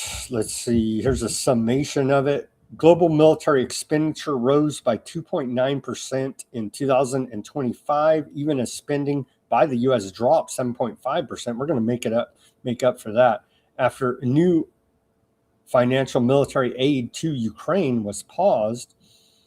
Total spending reached $2.89 trillion in 2025, marking the 11th straight year of growth and pushing military outlays to 2.5% of global GDP, to the highest level since 2009. The US, China, and Russia together accounted for $1.48 trillion with a T, representing 51% of global military expenditure. US military spending declined to, I know, very sad, but it's kind of misrepresented, to only $954 billion, but that's misrepresented because they have a bunch of these other side contracts that push it well above $1 trillion here now. It doesn't appear to be accounted for in this report, just the official military budgets. All quite horrific. All give peace a chance, bro, a la Rodney King. But the psychopaths in charge of the oligarchies and the global satanic occult network would rather see, global depopulation, as is their stated goal. So old Odysee, foreign minister there out of Iran, he had a meeting with old Putin, the most evil man in the world, and his whole cabinet. And here they are, meeting up with Putin there, and Lavrov, the whole crew. There you go. There you go. So instead of meeting up with Kushner and Witkoff and J.D. Vance in Islamabad, he took it apart. We reported he did a whole little tour there and meeting up with the big dogs in Russia. And so Russia bad, Iran bad. There you go. Odysee meets with the most evil man in the world. I know. Not Bibi, Putin, right? Iran's foreign minister met and held talks with Putin and the whole crew, Lavrov. Putin said in the meeting that the Iranian people are bravely and courageously fighting to preserve their sovereignty. He expressed hope that the Iranian nation will pass through this difficult period and peace will be established. The Russian president emphasized that Moscow will do everything in its power to establish peace in the Middle East as soon as possible. And there's an ongoing unprovoked invasion of Ukraine, right? Right. All that's going on, and that's a report out of Tazim News Agency. Bahrain, that little speck, and I got called out. Do you even know where Bahrain is on a map? It took me a second, but it's a little speck over there, right? A little speck right over here. Right over there. There's Bahrain right there on the map, right? So anyhow, Puppet State of the West, Bahrain Interior Minister said today that it has stripped 69 individuals and their families of citizenship over accusations of expressing support for Iranian attacks. So our good friends in Bahrain stripping citizenship for criticizing or for saying they liked, I guess they do like being bombed by Iran.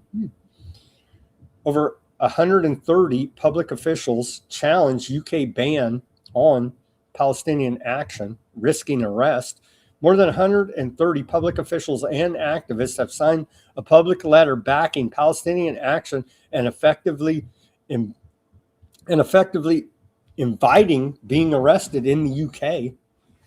So there's your civil disobedience going on there in the UK. The 2-sentence letter said, we oppose genocide, we support Palestine action, was submitted to the court ahead of the government's attempt to overturn a February ruling that said the ban may have been unlawful. More than 3,000 people have been arrested for allegedly expressing support since the Palestinian action ban in the UK. Signatories include writers, academics, activists across multiple countries, marking the first coordinated defiance of the ban. Banning Palestine action was always about appeasing the pro-Aardvark land lobby and weapons manufacturers and nothing to do with terrorism, the group's co-founder said. There. And there's a picture of that action in the UK. And so they all love terrorism, right? Yep, there you go.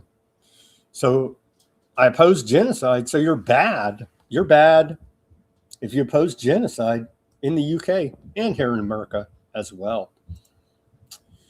And when you know, the most corrupt man in the world, our shadow president, Bibi Netanyahu, otherwise known as Malowski or whatever stupid other fake name is a fake Aardvarklandiism. Netanyahu testimony canceled as he's still on trial there in Aardvark land for corruption, bribery, and the like. And so the most corrupt men in the world, even too corrupt for the Aardvarks, if you can imagine that. Shadow President Bibi Netanyahu was scheduled to testify in his corruption trial, but it was canceled at the last minute today after it was set to resume following a more than 2-month pause because of the Iran war. His lawyer cited, quote, security concerns with no further details provided. The hearing was expected to resume cross-examination in case 4000 after Netanyahu had already testified 80 times and was nearing the end of that phase. The cancellation comes after President Isaac Herzog declined for now to grant Netanyahu a pardon and instead called for renewed plea deal talks, despite Netanyahu's formal pardon request and heavy pressure from King of Aardvark land, self-proclaimed Mr. MAGA, President Donald Trump. As we've reported in excruciating detail here now. Well, they're continuing the ethnic cleansing and demolition of Lebanon.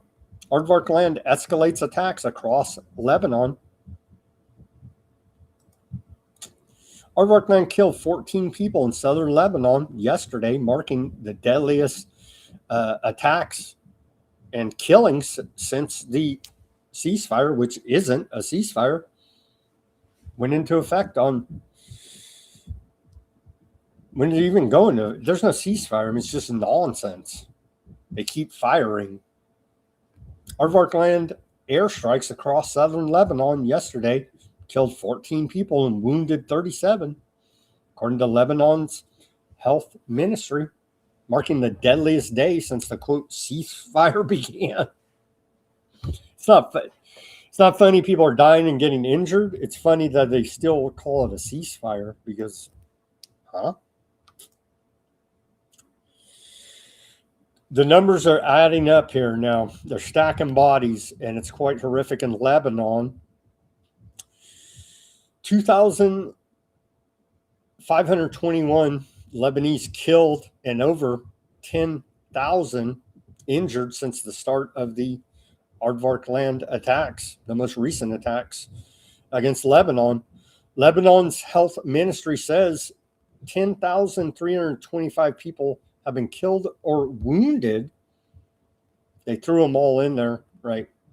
Killed or wounded since February 3rd, including, then they break it down a little bit further for us, including 2,521 dead Lebanese and 7,804 injured Lebanese, according to a new national overview covering the war through today. At least 16 hospitals in Lebanon have been damaged, and 4 have been forced to close because they've been blown up by Aardvark land strikes. 100 healthcare workers have been killed and 233 injured, including paramedics and hospital staff. Emergency response teams, EMS, 130 have been hit.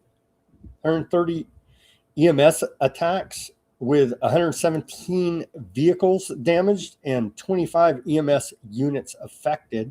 Data shows a significant share of those killed and wounded are minors, underscoring the civilian toll.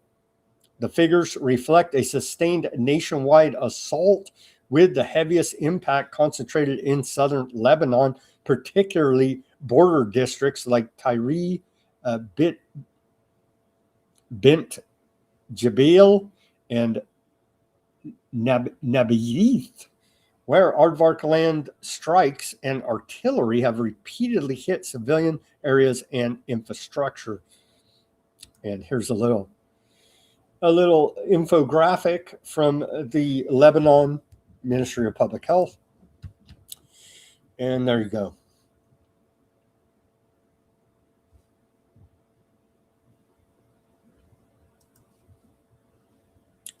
Quite horrific indeed. Hezbollah leader blasts Lebanese government concessions, rejects ceasefire terms, and vows continued resistance until Aardvark land withdrawal. Yes, indeed. Aardvark land's education, where are we at now? Oh, we're on to damage on Iran. Damage done on Iran now. About 50 hospitals and nearly 50 emergency bases were damaged in roughly 240 recorded attacks on healthcare facilities in the Iran war. That's a new report. About 40,000 people have received free medical treatment at Iran's medical centers that haven't been blown up, Tizam news agency reported.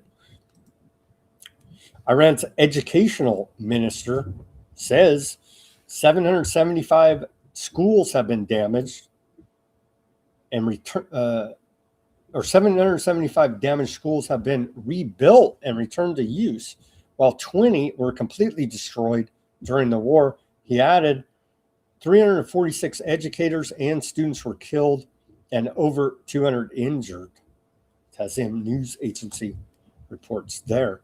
As we reported, they're attacking civilian infrastructure, energy infrastructure. Trump says they blow up their whole civilization, targeting schools.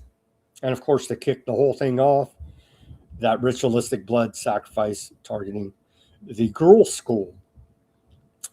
You're like, but they're still whacking the Palestinians, right? Oh, yeah, they are. The genocide there continues with the ongoing ceasefire, right? But they're stacking bodies.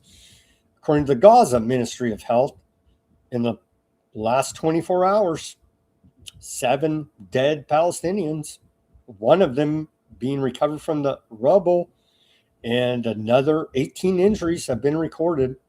And so to remind everybody, since the alleged ceasefire between Aardvark land and Gaza that went into effect on October 11th, 817 Palestinians have been killed, 2,296 have been injured, and 762 bodies have been recovered from the rubble, the apocalyptic wasteland that has become the Gaza Strip. And there's a bunch of talk. Do we have the reports? I was reading them. I don't know if they're talking. Aardvark Land Army saying they're cranking up to go right back into the Gaza Strip and finish the thing because there's still signs of life there. And so there's talk about a renewed effort to clear the Gaza Strip. And so they're trying to rebuild there, allegedly. Gaza rebuild effort turns rubble into infrastructure. Palestinians are repurposing rubble from buildings damaged by Aardvark land attacks to rebuild roads destroyed by Aardvark land, crushing concrete and metal into pavement as part of a project run by the UN Development Program. So that needs to be taken out immediately, because how dare they have roads? So I'm sure that will be targeted. And the ultra-Zionists there in the occupied West Bank continue their campaign of terror. There's videos of, they rounded up a bunch of these Palestinian young men, blindfolded them, and sent them for the shakedown, field interrogations. And they may, they may just whack them. It wouldn't surprise me. There's some video you can see right there.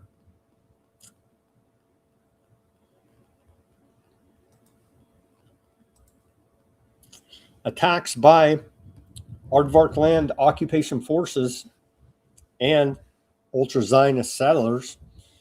In the past 12 hours, they're really cranking up the attacks on the occupied West Bank.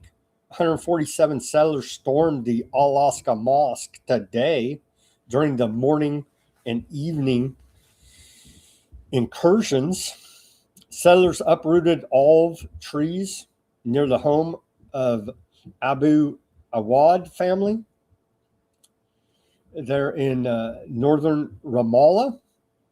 Settlers closed the Carmelo checkpoint east of Ramallah and attacked civilian vehicles.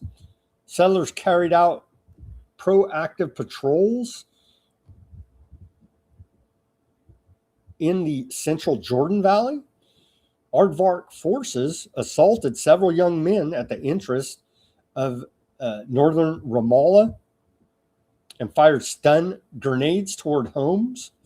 Aardvarkland forces fired tear gas and stun grenades during a raid in East Ramallah.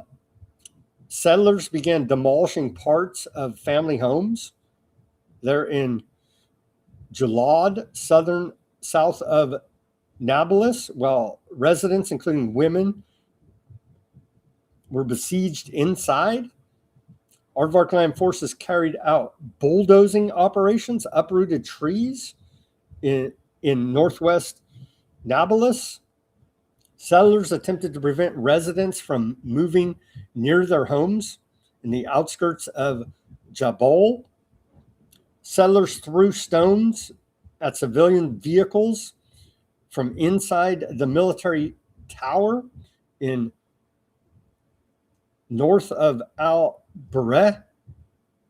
An armed settler expelled a Palestinian while he was tending his livestock grazing in Hebron. Settlers stole a tractor belonging to a Palestinian family in southern Nablus. Settlers attacked Palestinian vehicles near northeast occupied Jerusalem. Settlers assaulted local lands in Makamas, northeast Jerusalem, and grazing cattle near the town's girls' secondary school.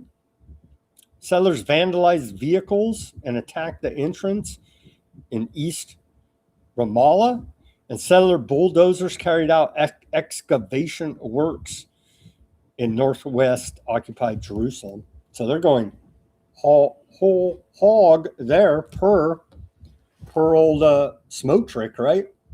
Smoke Trick told us, the finance minister of Aardvarks told us they're taking all that land. And as evidenced by all these reports, that was out of the cradle. They're going about doing so. And then to wrap up the show here, out of Mint Press, Aardvarkland settlers set fire to Palestinian home while family is still inside. Quite horrific.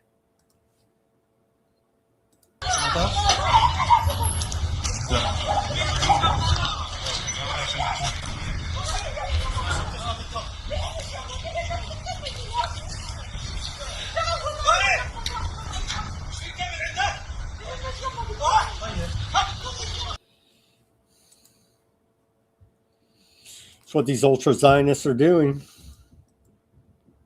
But I know, support it or you're anti-septic. I know. Don't be bad. Be good and support this. Truly amazing where we're at in this world. All right, that's all the reporting. Let's get up to the minute headlines here now. Out of Iran International, they say U.S.-Iran face off at UN over Strait of Hormuz and nuclear file. Iran says 50 hospitals damaged by U.S. and Aardvarkland strikes. Argachai praises Iran-Russia ties after Putin talks. Little Marco Rubio cast Iran's latest pitch as a tactic to buy time. Iran offers to open the Strait of Hormuz if U.S. lifts blockade. That's a report out of the Wall Street Journal. Trump unhappy with latest Iran offer. Report out of Reuters. I thought we won the war, bro. Thought we won the war. And then in headlines out of Al Jazeera, U.S. reviews Iran peace plan as dozens of nations call for Hormuz to reopen. Oil prices edge higher amid stalled U.S.-Iran talks. There's no talks, so no resolution at the UN Security Council despite mounting global shipping crisis. And that's about all we got for you today. Looks like Skynet's like, is it live yet? I think it's live. Looks like they're taking it live, and they're talking about autonomous directed energy weapon systems. You heard Undersecretary Michael say it. It's like, and then you're like, this sounds like Skynet. Have you seen that movie Terminator, where the AI takes over the military and says we're done with you humans? Yeah. That was just a documentary. It wasn't a serious movie, you see. But we played that clip where he's like, nah, it's not Skynet. Sure sounds like Skynet, what they're doing here, doesn't it? All right, let's go to the comments on the Odysee. See if we had anybody in the comments today. Thank you guys for tuning in on the Odysee. We got Danger, John, Huffman, Deep. Thank you guys for tuning in over there. Let's see. Greetings, Danger. John says Kushner and Witkoff are ignorant about everything except real estate scams. Well, it's a real estate redevelopment project, right? That's what it is now. Formerly Gaza Strip, now Apocalyptic Wasteland, and Southern Lebanon as well. They're real estate redevelopment projects, not genocide, you see. Huffman says they're calling it commercial diplomacy. Once everyone finds their testicles, they will have to shut the internet off. Danger says, Iran said they wouldn't talk to those two idiots.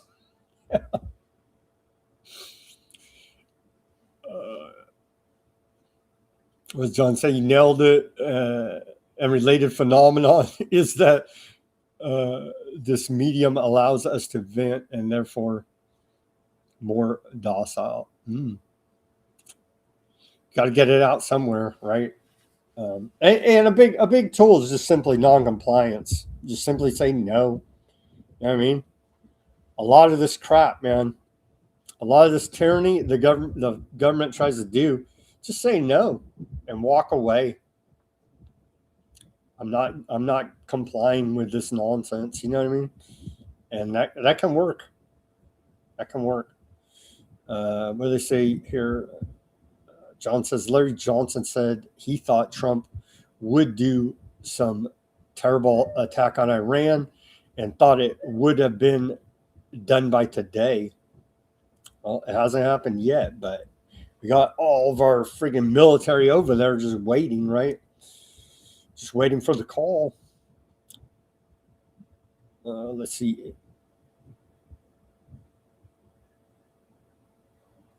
Deep says it might be part of Operation Orion. They're simulating a multinational response to an imaginary country, supposedly.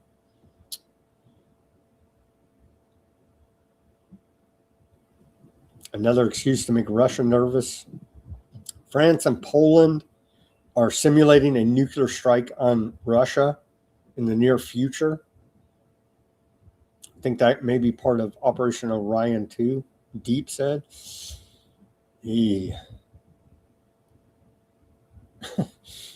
John says, Jesus, has Europe lost its collective mind? They're hell-bent on killing Russians, right? 33 Ruckus will be excited. John said, you guys are chatting it up quite a bit over there on the Odysee. Thank you very much for that, keeping that chat lively.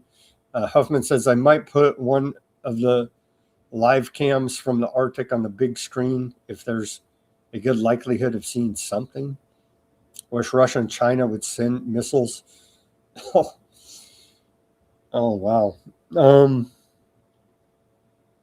Deep said Starlink is definitely part of Skynet.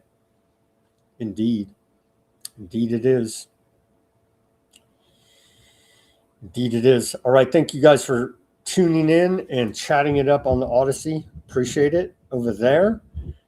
Thank you for tuning in on X, Twitch, Kick, Facebook, Bitchute, Rumble, and YouTube.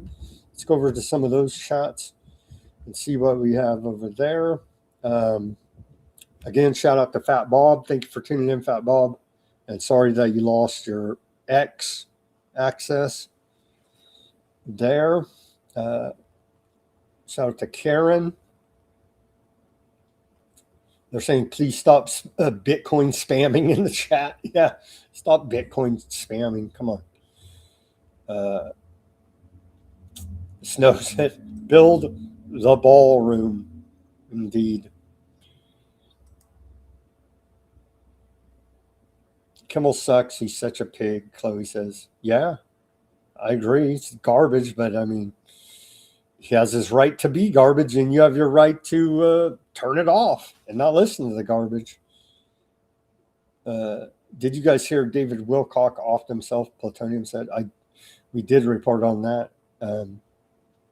Allegedly, right?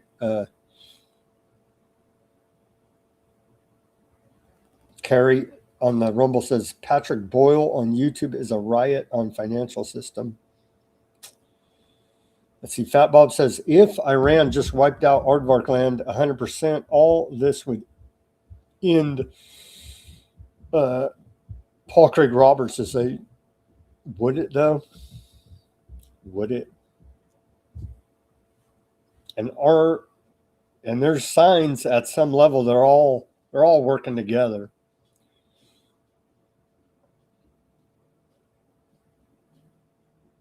Not on the YouTube says Zionists are a revolutionary front, not conservative, constitutionally observant Americans. You think? Hell, our own government, not Zionists, are not even constitutionally observant Americans. You don't even got to be a Zionist, but add that on it, and yeah, forget about it. Yeah, thank you very much, Snow, for that plug. Be sure to subscribe. Give us that like, share, subscribe. Only 10 away from the 10K threshold or the 1,000 subscriber mark to be monetized on the YouTube, and then probably be banned right after that, right? But whatever, dude. We do our part, and thank you for plugging that in the chat, Snow. Carrie on the Rumble says Persians have done diplomacy for 5,000 years. Well, so is Kushner and Witkoff, right? I mean, they're the experts at starting wars. The experts at starting wars.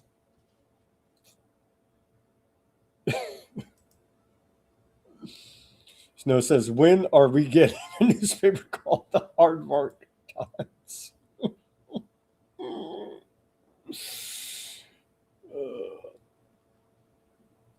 Yeah. Fat Bob nailing it. Yep. Pretty much, man. In light of the reveal on Bannon, does he still do his dump? He does. They act like nothing ever happened. I don't know how they can get away with it and have any following. I guess their followers didn't check out the Epstein files. I don't know who still follows this garbage, but they've been thoroughly exposed. Dead on the YouTube says, at this point, if we don't build the ballroom to a Sumerian god, are we really living? Got me convinced, I guess, right?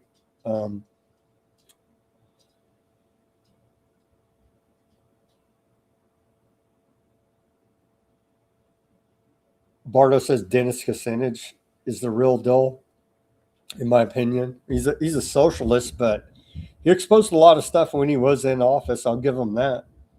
You know what I mean? I don't necessarily agree with his economic policy, but he did expose a lot of government corruption, and still to this day is doing that. So I'll give him props for that. Money talks and BS walks. That's how Jan said. Yeah. Non-Hodgkin's lymphoma was linked to glyphosate at least 2 decades ago. There's a bunch of court cases that they've lost, and that's why they are lobbying all over the place for indemnity. They know damn well. Fat Bob. Says, I hate America, Sam. Doesn't everybody? Oh, man. You see, Fat Bob is an acquired taste, and we love him. But you got to understand, maybe that's why they banned him on the X, because they didn't know how to take him. See?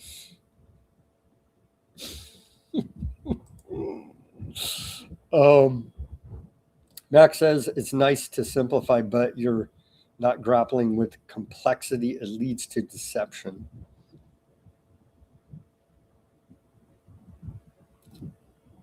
We are all screwed. Oz too. Close. Oh man. Oh, sorry about that one. Greetings, Ruckus cray cray. A lot of cray crays. A-Dub, we don't want it. You sick effers. Build something positive, you elite. We're keeping us safe from Russia and China, man. Yes, Skynet. And remember old, still around, I think, but Joel Skousen. Remember him? I forget his site, but Joel Skousen, dude, been around forever, right? Remember his prediction?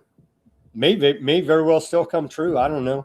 His prediction was that U.S. will stand down and allow Russia and China to hit us with nukes, and then that'll be the excuse about why we need one world government, so no more nukes. But he says that to summarize and paraphrase his analysis, he's been saying that for years and years and years. That may very well still come true. I don't know, but that just reminded me of what he's been warning about for years and years and years.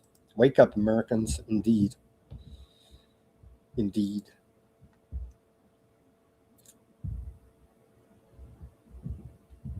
Silver says, I hate cats. What? Come on.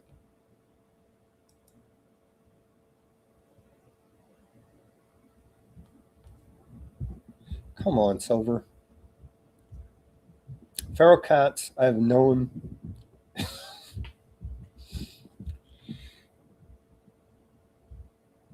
Throwing up.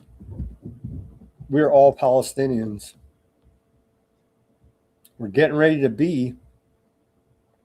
Terry on the YouTube. Yeah.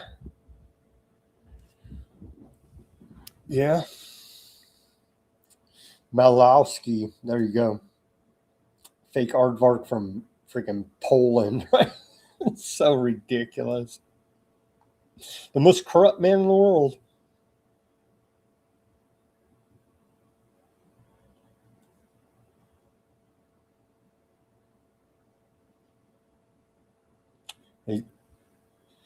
ZO says ethnic cleansing is such a deceitful euphemism. Straight up murder. Yeah.